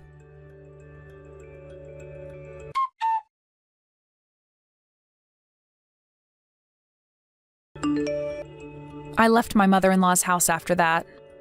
My spineless husband barely even tried to stop me, and with that, my marriage was over. Something about his reaction told me that deep down he must have known he failed me and knew that letting me go was the right thing to do. I heard he moved out himself not long after. Maybe he finally mustered up the courage to give his domineering mother what for. It's a shame it took him so long, but hey, better late than never. I wish he'd have had the balls to stand up for me when I needed him to, though. Priscilla hasn't been home or messaged any of her family a single time since what happened. Hated by both her children, Wilma now lives alone in complete isolation, lamenting the soul-crushing loneliness of her miserable new life. According to rumors from the neighbors, she resorted to extreme hoarding as a psychological coping mechanism for the loss of her family. Who knows? Maybe having her house filled with garbage from wall to wall makes her feel less lonely. As for me, I'm currently working as a waitress at Priscilla's French restaurant in New Hampshire. She knew I had nowhere to go and was kind enough to give me the opportunity to work for her. She's an amazing person, and I'll be eternally grateful for what she's done for me. I'm starting my life fresh in a new land, surrounded by new people. Now I'm fortunate enough to spend my days surrounded by a bunch of kind, supportive coworkers who don't look down on me. Oh, and the food's not half bad either. I could go on all day about how much I love my new life, but I'll sum it up by simply saying that I'm really happy now. But it's important to remember I wouldn't be here if I hadn't mustered up the courage to stop being so servile and letting my psycho mom-in-law walk all over me. Don't get me wrong, I'm still not totally over it. Wounds like that take time to heal, but at least now I'm living my life on my terms. And hey, if we don't live our life on our own terms, then whose lives are we even living? Stand up for yourselves, folks. Thank you for watching. Don't forget to hit the like button and subscribe to the channel. Sup, Demi? I was supposed to be going over to my parents' place next week, but would you mind watching the house instead? If that's what you want, honey. I feel like I owe you an apology, though. Why are you apologizing? I'm the one asking you. It's fine, really. It can't be helped. But I've barely been to your parents' house at all ever since we got married. I can't help but feel I should have made more of an effort. I'm sorry, honey. It's cool, they really don't mind. They understand the situation, babe. They don't hold it against you. It's my big sister who's the problem. You don't have anything to apologize for. Okay, thank you. But damn, she really is a pain in my backside. I feel like she's had it in you since the day you met. Do you have any idea what her problem is? Has she ever said anything to you about why she gives you such a hard time? Nope. I could count the number of times I've met her on one hand. I can't think of any reason why she'd be so hostile towards me. I've always tried to be polite and friendly with her. I guess she just doesn't like me. Like you said, she's been cool towards me ever since day one. I'm so sorry for all the crap she gives you, Demi. You don't deserve it. I'm gonna try speaking to her. It's fine. You really don't have to do that. I appreciate the thought, but we virtually never see each other, so even if she does hate me, it's like, meh, whatever. But still, it's not fair that you have to stay home every time I visit my parents' place just because of my sister and her mystery grudge against you. My parents would love to see you more. To tell you the truth, I'm sick and tired of her. This got me thinking. What was she like with your ex-wife? Was she like this with her too? My ex-wife? Nope. She was nothing like this. I never noticed any signs of trouble at all. I don't know what's gotten into her. She accepted my ex-wife. She behaved like you'd expect any normal human being to behave back then.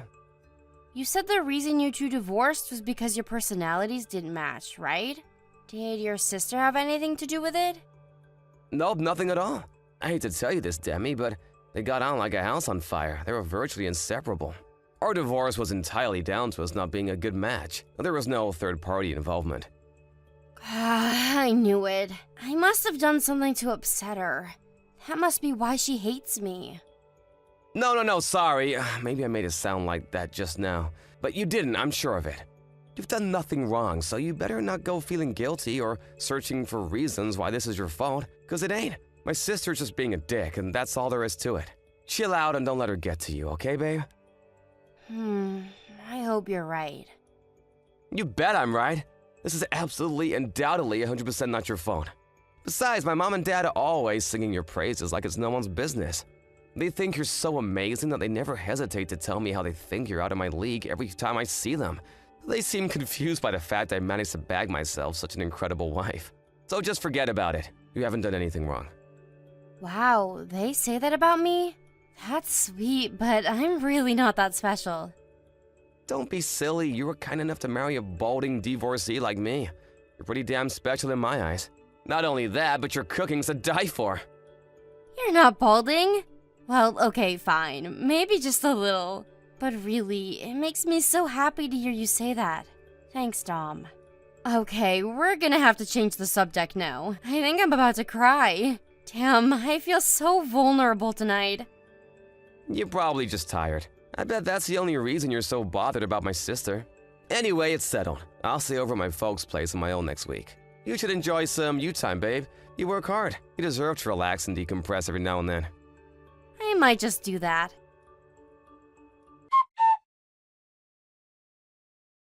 Demi, I'm so sorry to spring this on you out of nowhere, but is there any way you can make it to my parents' house right now? Huh? What? Like right now? Yeah, there's something important we need to discuss with you. Your sister's there, isn't she? I'm not sure if this is a good idea. Can't we do it over the phone?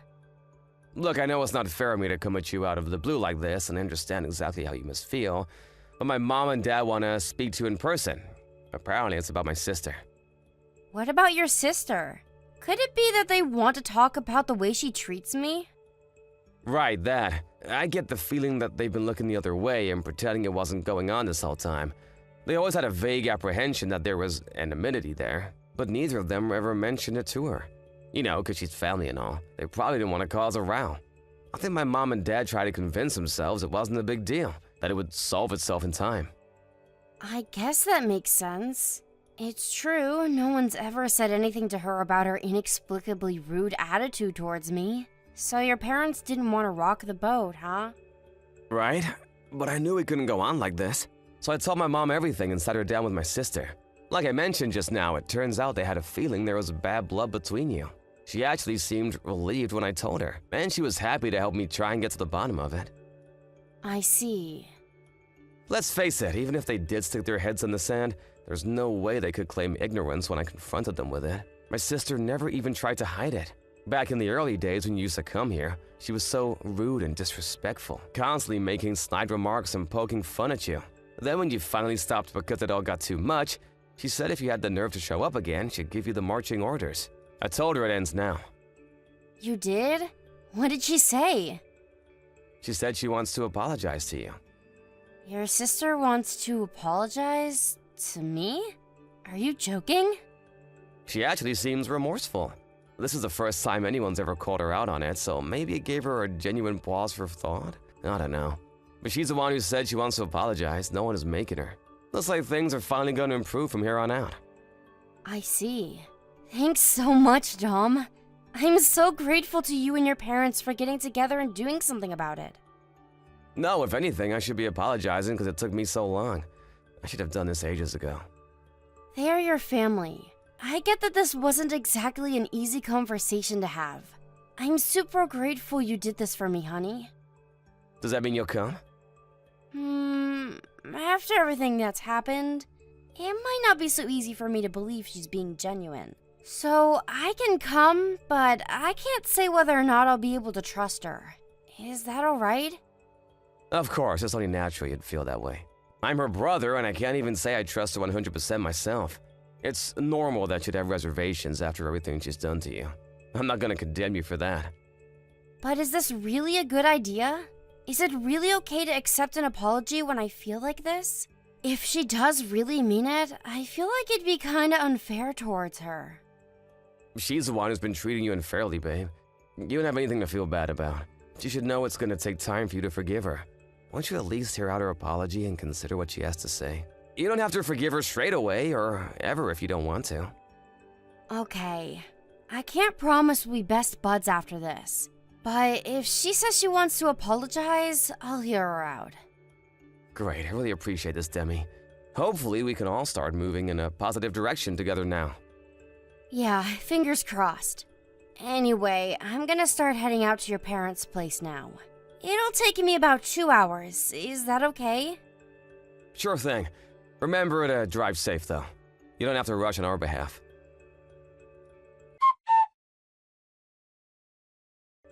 Demi, where are you right now?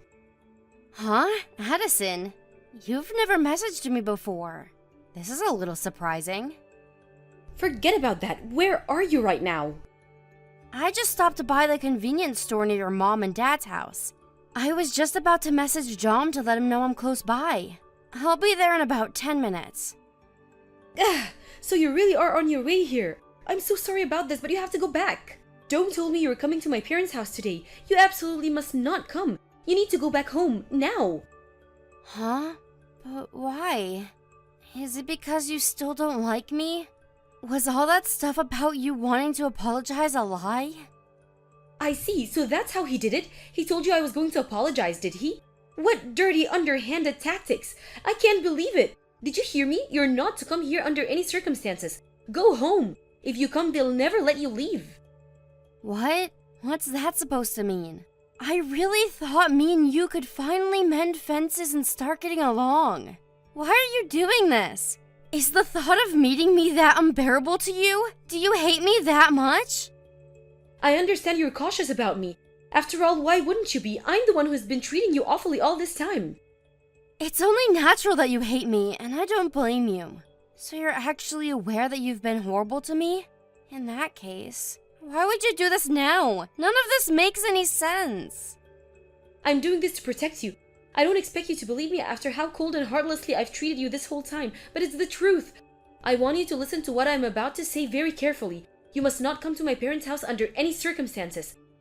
How can you expect me to unquestionably do what you say despite Dom asking me to come? He's my husband, and you're my bully and arch nemesis, apparently. The least you could do is give me an explanation. How am I supposed to make a judgment if I don't even know the reason? I've been driving for nearly 2 hours to see you guys, and now you're suddenly telling me to go back? I want to tell you more than anything, Demi. Really, I do, but it's complicated. Even if I did explain right now, I doubt you'd understand. What are you saying I should do then? Blindly accept what you're saying without so much as a hint of an explanation for these crazy claims you're making? You're asking too much of me here, Addison. This is ridiculous. I understand that, but I can't let you come here. This is pointless. If you want to talk to me, you can talk to me when I arrive in the presence of my husband, okay?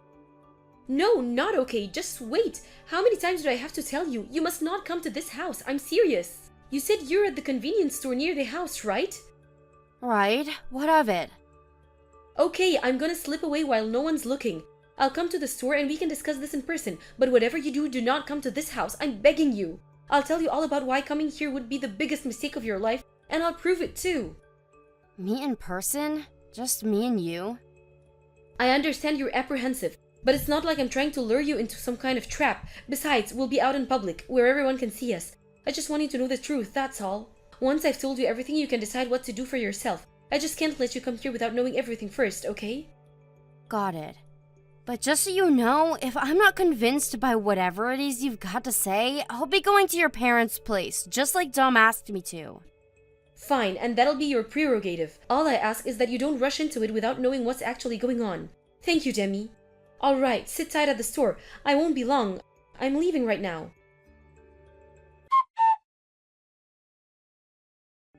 Demi, are you there? Please respond to my messages. Please will you come back, baby? Me and my parents aren't angry with you for running away. I swear we just want you back. But surely it's not fair of you to pull a vanishing act like this all of a sudden without even so much as an explanation. Did I do something wrong? Sorry it took me a while to get back to you. I had a lot of preparations to make. You must have been really worried about me. Is this really you, Demi? Is it really me? It's my phone number, isn't it? What do you think I am? Some kind of imposter? Right, of course. I'm so pleased to finally hear from you. Anyway, are you okay? Are you safe? My sister is nowhere to be seen either. Me and my parents are beside ourselves with worry. Me and Addison are both fine. Or rather, we've been together the whole time. You're with my sister? Are you okay? Yup, just peachy. Forget that. I have something far more important to discuss with you. You ready for it? Ready for what? I mean, sure. What is it? Hang on, Demi. Can't this wait a little longer? Won't you just stop by to see my parents first? They're really excited to see you. We've been so worried about you both. It wouldn't hurt to show your faces for a few minutes, right? Mom and Dad haven't been sleeping or eating properly. This whole thing is really wreaking havoc on their mental health. Seeing your faces again would put their minds at rest. I don't think that's a good idea. Besides, why would I? Me and you were getting a divorce after all. What the hell? What did you just say? Wait, is my phone bugging out? I said me and you are getting a divorce, so I won't be coming to your parents' house. It should go without saying I have no intentions of meeting them. Whoa, slow down a sec. What the hell are you talking about? Divorce? Why would we get a divorce? Why are you springing divorce on me all of a sudden? Did I do something wrong? Not yet, but you did plan on it, didn't you? What's that supposed to mean? I want an explanation. Your sister Addison told me everything. She saved my life. She told me all about your ex-wife Gina, and the real reason she divorced you. The real reason she divorced me? I told you, babe, it was because we weren't cut out to be together. It was nothing dramatic, I swear. I already explained all this, don't you remember? We divorced because our personalities weren't a good match. There was no other reason. I wish that were true, because if it was, we could have stayed together. But that won't be happening now I know what I know. I don't want to become the next Gina. What the hell is that supposed to mean? Are you feeling okay? Did you hit your head? I barely recognize you anymore, Demi. Me and Gina divorced for the same boring, conventional reasons most other couples do. I have no idea what she's doing these days, but other than the stress of the divorce, she seemed just fine when we went our separate ways. I'm sure she's doing great. Sure she is, if you call having a nervous breakdown and living in a psych ward for 3 months great. She's out now, but she got institutionalized because of what you and your mom did to her. Did you know? Whoa, what the? Wait, how do you know that? Because your sister rushed out to meet me on the day I was supposed to be coming to your parents' house. She told me everything. She told me how you and your mom forced your ex-wife to be your live-in slave. Huh? What the hell kind of moronic bullcrap is this? You're not seriously telling me you believe my sister, are you? I've never heard such a pile of bunk in my life. Did you forget how my sister treated you? Did you forget about how much she made you suffer? Gina's a stranger to me and my family now. How the hell would my sister know what was going on with her after all this time? Addison's just playing her twisted games like always. You shouldn't even give her the time of day. I bet she feels so pleased with herself at tricking you like this. Don't let her spoil things between us with her sick schemes. You seem pretty desperate to convince me. Did I hit the nail on the head? Like hell you did! No, and no, you couldn't be more wrong. All I'm doing is telling you you've been had. She cooked up some outlandish story to drive a wedge between us and you fell for it, hook, line, and sinker. Don't believe a word she says. It wasn't just words. She showed me proof of what you guys did to Gina. Proof? What are you talking about? How can you prove something that never happened? More lies! She probably faked a bunch of stuff to trick you, and you were actually gullible enough to fall for it. Apparently Gina had reached her physical and emotional limit by the time she divorced you. She was barely eating, barely sleeping. Even talking was difficult. A shadow of her former self, to quote your sister. It's true, isn't it? What are you talking about? I don't have a freaking clue what you're trying to accuse me of here. Don't play dumb. She was physically and emotionally broken. She got carried away in an ambulance and admitted to the hospital the day before the divorce. You probably thought you'd get away with it because she would have been too ill to collect any evidence, didn't you? And even if she did accuse you of anything, you could have just called her crazy. Stop with this crap right now! What the hell has gotten into you all of a sudden? Are you so desperate to paint me as a villain that you'd make up vicious lies about me? I'm not trying to paint you as anything. That's what you are. It's true, Gina wasn't too much of a bad shape to gather any proof on you back then. But your sister was keeping records of everything you were doing to her the whole time. Which is why there are mountains of evidence of your sick, immoral, illegal treatment of your ex-wife, and I've seen all of it. Wait, what? My sister? She knew that when Gina regained her strength, there was a chance she'd want to press charges against you. So she kept records of anything she thought might help her case. Well, she didn't end up pressing charges, did she? So, if I'm such a monster, surely she would have gone to the cops. If it's like you say and there's mountains of evidence of all this stuff I supposedly did, I would have been thrown in jail way back. The fact I'm a free man means you're lying. Gina was completely broken when you were done with her. You caused that poor woman unimaginable levels of trauma that she'll be dealing with for the rest of her life. She doesn't want to remember you or your parents again for as long as she lives, and going through a court case would mean dragging up all those painful memories. Instead of taking revenge and pressing charges, she chose to keep her distance and try to forget about you. You can hardly blame her for that. In that case, why the hell has my sister been living at my mom and dad's house all this time? If she hated us so much that she gathered proof of all this stuff we were supposedly doing behind our backs, why didn't she just get away from us? She was waiting for Gina to make her decision. The last thing she wanted was to open up all those old wounds by rushing her. And she thought that if she stayed at the house, she might be able to gather extra evidence, by eavesdropping on the off chance you guys ever talked about what you did. Okay, then why did she bully you? You do remember how horrible she was to you, don't you? How the heck can you be so pally with your abuser all of a sudden? Think about it, she treated you exactly how you claim me and my folks treated Gina. Except we definitely know she bullied you, but with my ex-wife, all you have is baseless speculation. She did what she did to protect me. Which part of bullying counts as protecting you? Have you actually listened to what you're saying right now? It's crazy! She went out of her way to hurt you as much as possible. The only reason she bullied me was so I would stay away from your parents' house. She wanted to stop me from meeting the same fate as Gina. You have no idea how much finding all this out has hurt me, Dom. But it would have been far worse if your twisted plan came to fruition. She knew what was in store for me, and she took action in the only way she knew how. It's over. You won't get your way now. Gina's pressing charges against you. Whoa, wait a sec. Did you just say Gina's pressing charges? We met up, and after a long discussion, she came to a decision. She was going to keep quiet, but after finding out you were planning on doing the exact same thing to someone else, she knew you had to be stopped. It's over, Dom. Do not screw around, Demi. Does that stupid bitch seriously think I'll let her get away with this? Just because she was so damn lazy that we couldn't find any use for her anymore, does not mean she has the right to come after me. She will pay. Finally, your true colors. You're despicable. The most despicable person I've ever met. You shut your whore mouth! Do you have any idea how difficult things were for us after she got admitted to hospital? Do you have any idea how hard we had to work to find a replacement for her?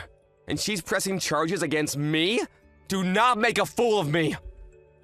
No one needs to make a fool of you. You're obviously capable of behaving like a moron all by yourself.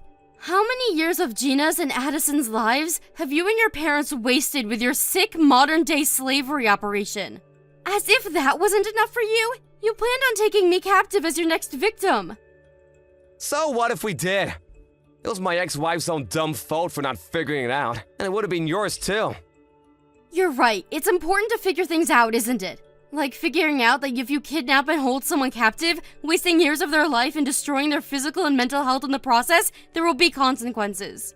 You guys didn't figure that out, and now you're gonna pay the price by suffering just as much as you made her.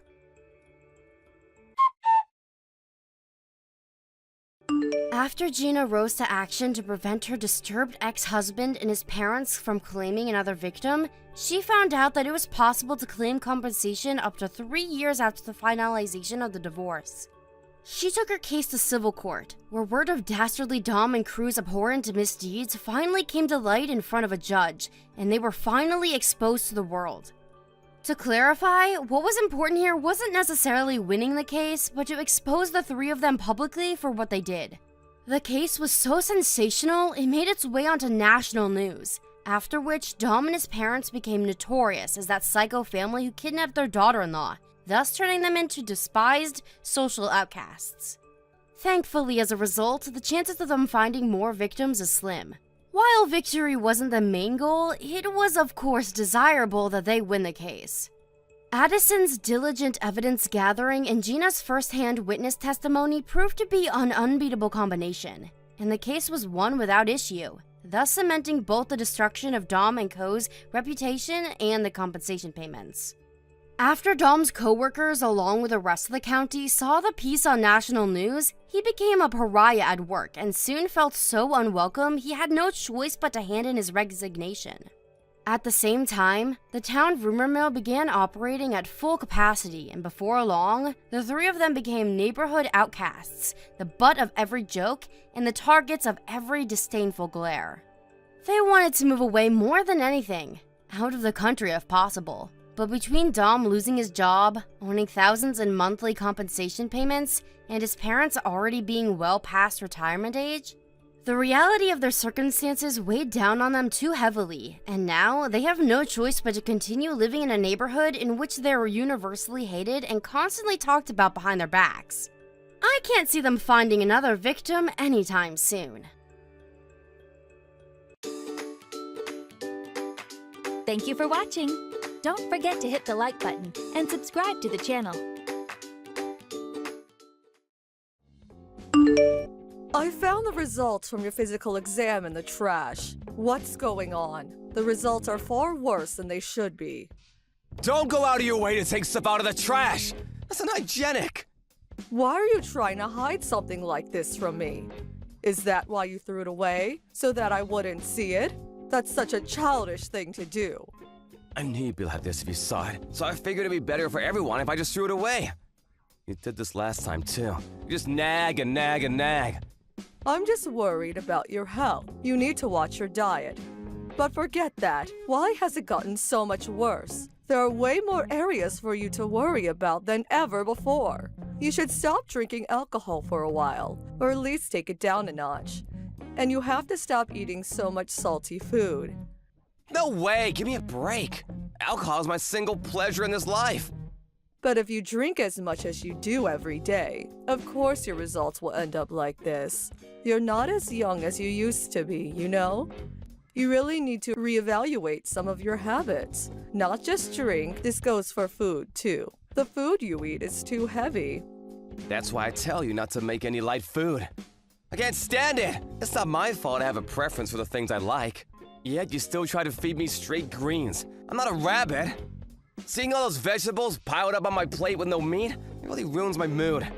You need to eat greens to get enough vitamins. It says here that you're deficient in a lot of them. Same with water. You need to keep hydrated. Stop drinking beer as a replacement for water. Once your body fails, you end up in the hospital. It'll already be too late. You need to make changes now. My liver is strong. I can deal with all the alcohol I drink just fine. I'm fine as I am right now. How can you say that so confidently? There's no such thing as someone who is unaffected by alcohol. Why would you think that you'd be any different? My whole family is strong when it comes to alcohol. It's in our genes. There are a lot of heavy drinkers in the family, but they all live long lives. You can't use them to brush off your test results. I'm just saying to think a little more about your habits. The results are just a coincidence. I must have been having a bad day when I took those tests. You overestimate how much your body can really take of how you live. You need to look after it a bit more, especially your liver. It's a strong organ, but it can get bad suddenly, and by that point, it's usually too late. I'm telling you, I'm fine. We're talking about my body here. I know about it better than anyone. I don't really think you do, though. In any case, you need to lay off the booze, at least to the point where it doesn't come on test results anymore. That's going too far. I'm also going to take full control of what you eat from now on. No complaints. Remember, I'm not telling you to give up drinking completely. Just give it a little break until the results get better. If I can't drink, then there's no reason to even keep living. Then find another one. It wouldn't be bad for you to do some exercise every once in a while, too. 5 months later. Hey, how are you feeling right now? Did you get to work okay? I feel more or less normal. Why are you asking that?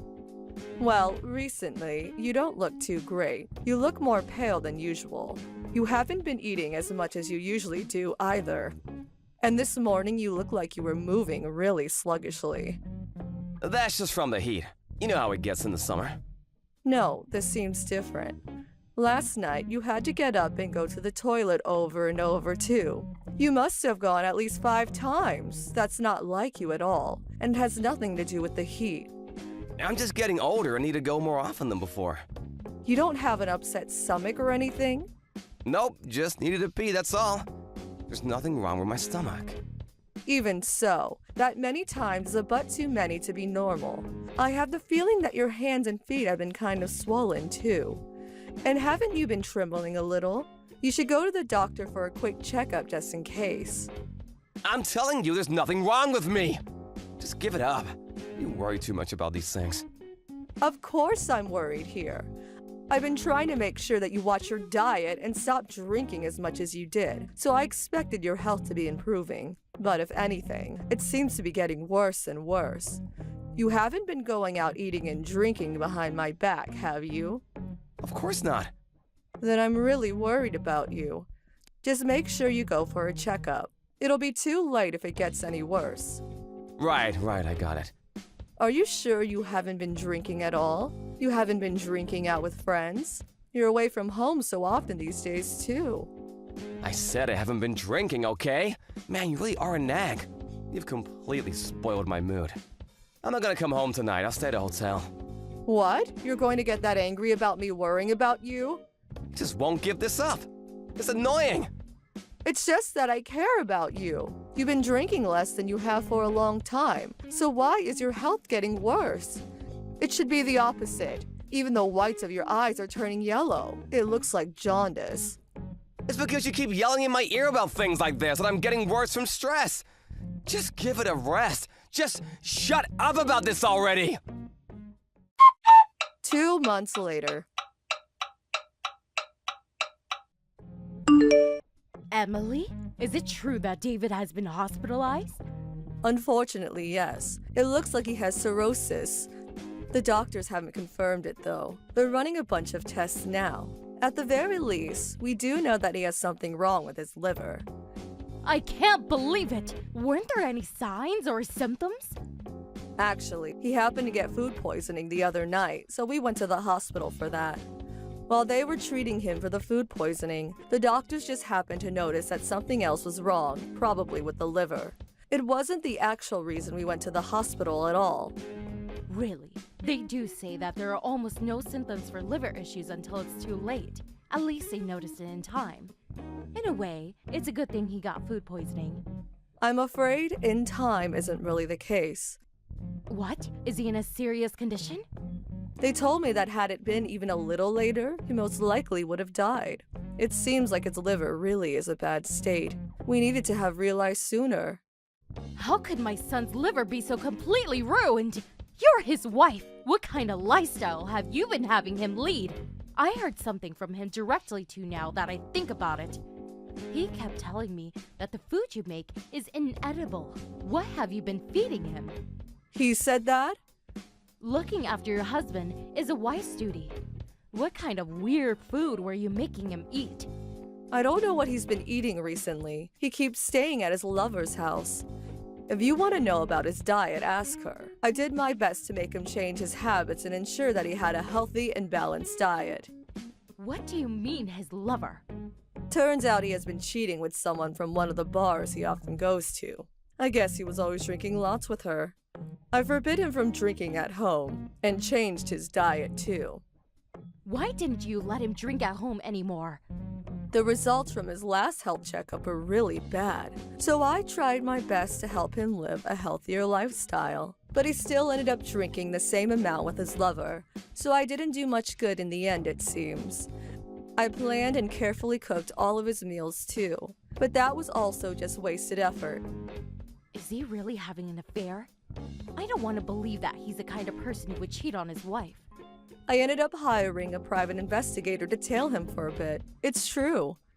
And you have solid proof of it? I have videos, pictures, audio recordings, plus all of his credit card statements. There's more than enough proof. With all of that, I guess there can be no denying it then. I kept thinking that something strange was up. Even though he's supposedly not drinking anymore, his health seemed to be getting worse and worse. But when I asked him if he was maybe drinking somewhere out of the house, he got extremely angry and blow up at me. It seemed really obvious that he was hiding something. So that's why you decided to hire the private investigator? Yes, that's right. And as I thought, he was having an affair. I can't believe it. That's horrible, you poor thing. You said before that it's a wife's duty to look after her husband. I did everything I could no matter how much he complained about me. I know that he didn't like that I didn't let him drink, or that I wouldn't cook him heavy meals. But despite his grumblings, I ignored him and did what was best for his health. So that's what he meant by not liking your food, because you were making him healthy meals for his own sake. But despite everything I did, he just lied and hid his own drinking, and here is the result. And are you going to blame me for this too? For not doing my duty as a wife? No, of course not. This is just a case of you get what you deserve, right? Yes, it really is. The next day.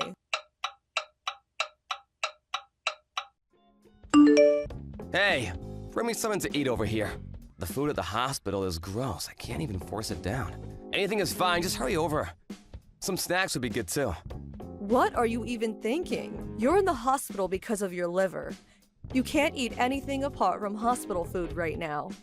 I don't care about that. How am I supposed to get better if I have no energy from not eating? Try to sneak some beer in for me while you're at it. You're completely hopeless. There's absolutely no way you're allowed to have something alcoholic. I'll be careful so that no one sees me drinking it. Lying here in the hospital all day is incredibly dull. If I can't at least drink a beer, there's no way I can put up with this. I refuse to do that. I'm not bringing you anything. It's fine, so just bring it. Just once in a while will be fine. If you want it so badly, why don't you ask your lover to bring some for you? My lover? What are you talking about? I know you're having an affair with that woman from the bar, the one near the station that you go to often. I already had someone look into it, so there's no use lying. What? You hired a private investigator?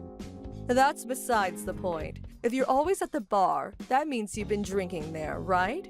And what about when you stay with her while telling me you're staying at a hotel? Well, that, And after I put so much time and effort into trying to help you be healthier, why did you just have to go and spit in my eye like that?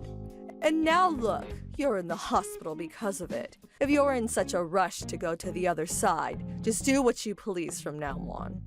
Wait, hold on a second. I don't care anymore. I want a divorce. The woman you've been sleeping with can look after you from now on. What, are you kidding? You're just aiming for alimony, aren't you?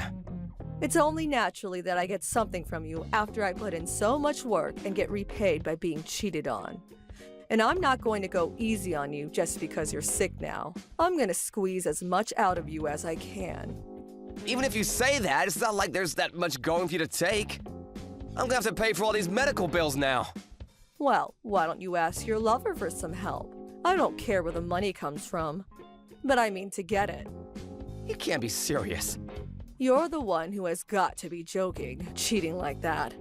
I believe in an eye for an eye. There's no way I'm letting you off with nothing. If you were a better wife, I wouldn't have cheated in the first place. All you did was make tasteless food and nag me. This is your fault to begin with. The food was for your own health. Do you think I wanted to eat that too? I'm not the one with health problems. All responsibility lies directly with you. Shut up! Anyone else would have cheated on someone like you. I can't even listen to this anymore. Who are you to talk down to me after cheating? Don't embarrass your mom any further. What, Mom? That's right. I'm at your and Emily's house right now. I didn't want to believe that you were the kind of person who would cheat on his wife without seeing the proof with my own 2 eyes. But it's exactly as Emily has said. Proof? How far did she go with that private investigator? Everything that's happening to you, especially with your liver, is your fault. All I can say is that you got what you deserve. Even I can't stand up for you in this situation. But you're my mom! You're supposed to be on my side!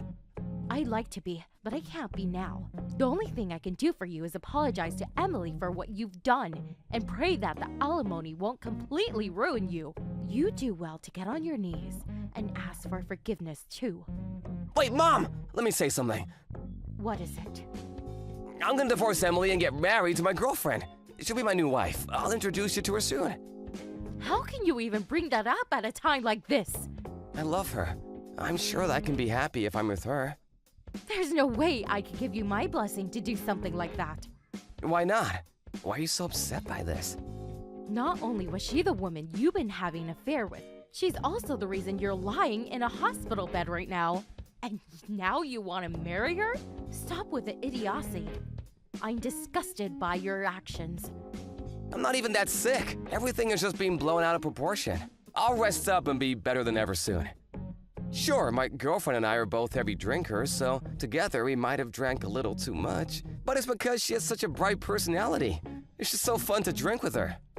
Just drink a little too much? Get real. It's more than just a little. Your liver is ready. What? What are you talking about? It doesn't matter. In any case, I will never allow you to marry that woman. You need to end things with her immediately. What did you mean to say about my liver? Mom, are you there? Do you know something that I don't? It's Emily again. Your mom is in the other room sitting down for a moment. I think the shock of the recent events is getting to her a little. Let her relax for a bit. Tell me what she was gonna say about my health. Why is she reacting so strongly? Are you hiding something from me? There is something I haven't told you yet, yes. The doctor spoke to me about the results of all your tests. It looks like your liver is in a really bad state. You have liver cirrhosis. What does that mean? It means that your liver can barely function as it's supposed to anymore. There's also a lot of fluid building up near your stomach and gut. You probably don't have that long left. Of course, there is still a chance for you to recover from this. What? Is that really what they said? You're telling me that I don't have that much left to live?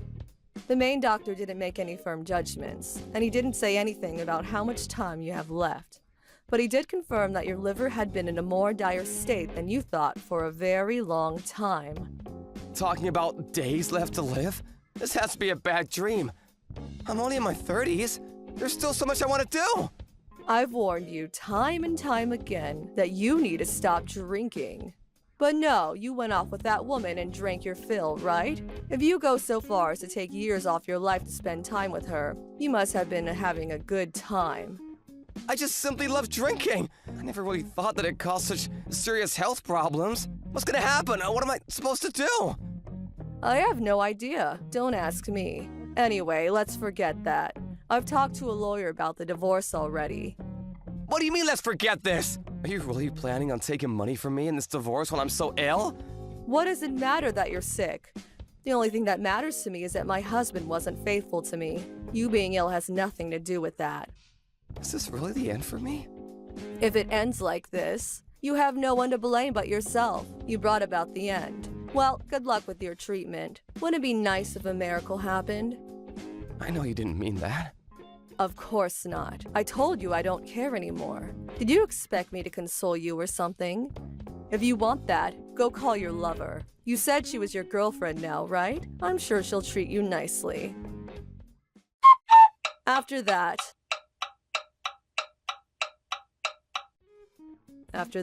I realized the divorce with David and got a nice settlement from him too. David's condition had seemed to stabilize while he was in the hospital, so they let him check out of the hospital and recover at home. But then again, his symptoms got worse and worse, so he moved into his mother's house so that she could look after him there. Apparently, his girlfriend tried to go and visit him while he was there, but David's mother kept turning her away and she was unable to visit him at all. A few months after the divorce, David passed away. His girlfriend tried to go to his funeral as well, but it didn't turn out well. I heard that David's mom slapped her in the face, yelling that it was her fault that her son died before kicking her out. I didn't go to the funeral, but I did go to place a few flowers on his grave the following day. Rebecca was there too, and was very friendly to me despite how she must have been feeling. She did keep talking badly about David's girlfriend. She seemed to really resent and blame her for what happened. I'm sure that her heart was really broken by her son's untimely death. Although I feel bad for her, I haven't gone to visit her or seen her anywhere since that day. I'm going to make sure that I and those around me who I care about take better care of their health to avoid anything like this from happening. Thank you for watching. Don't forget to hit the like button and subscribe to the channel.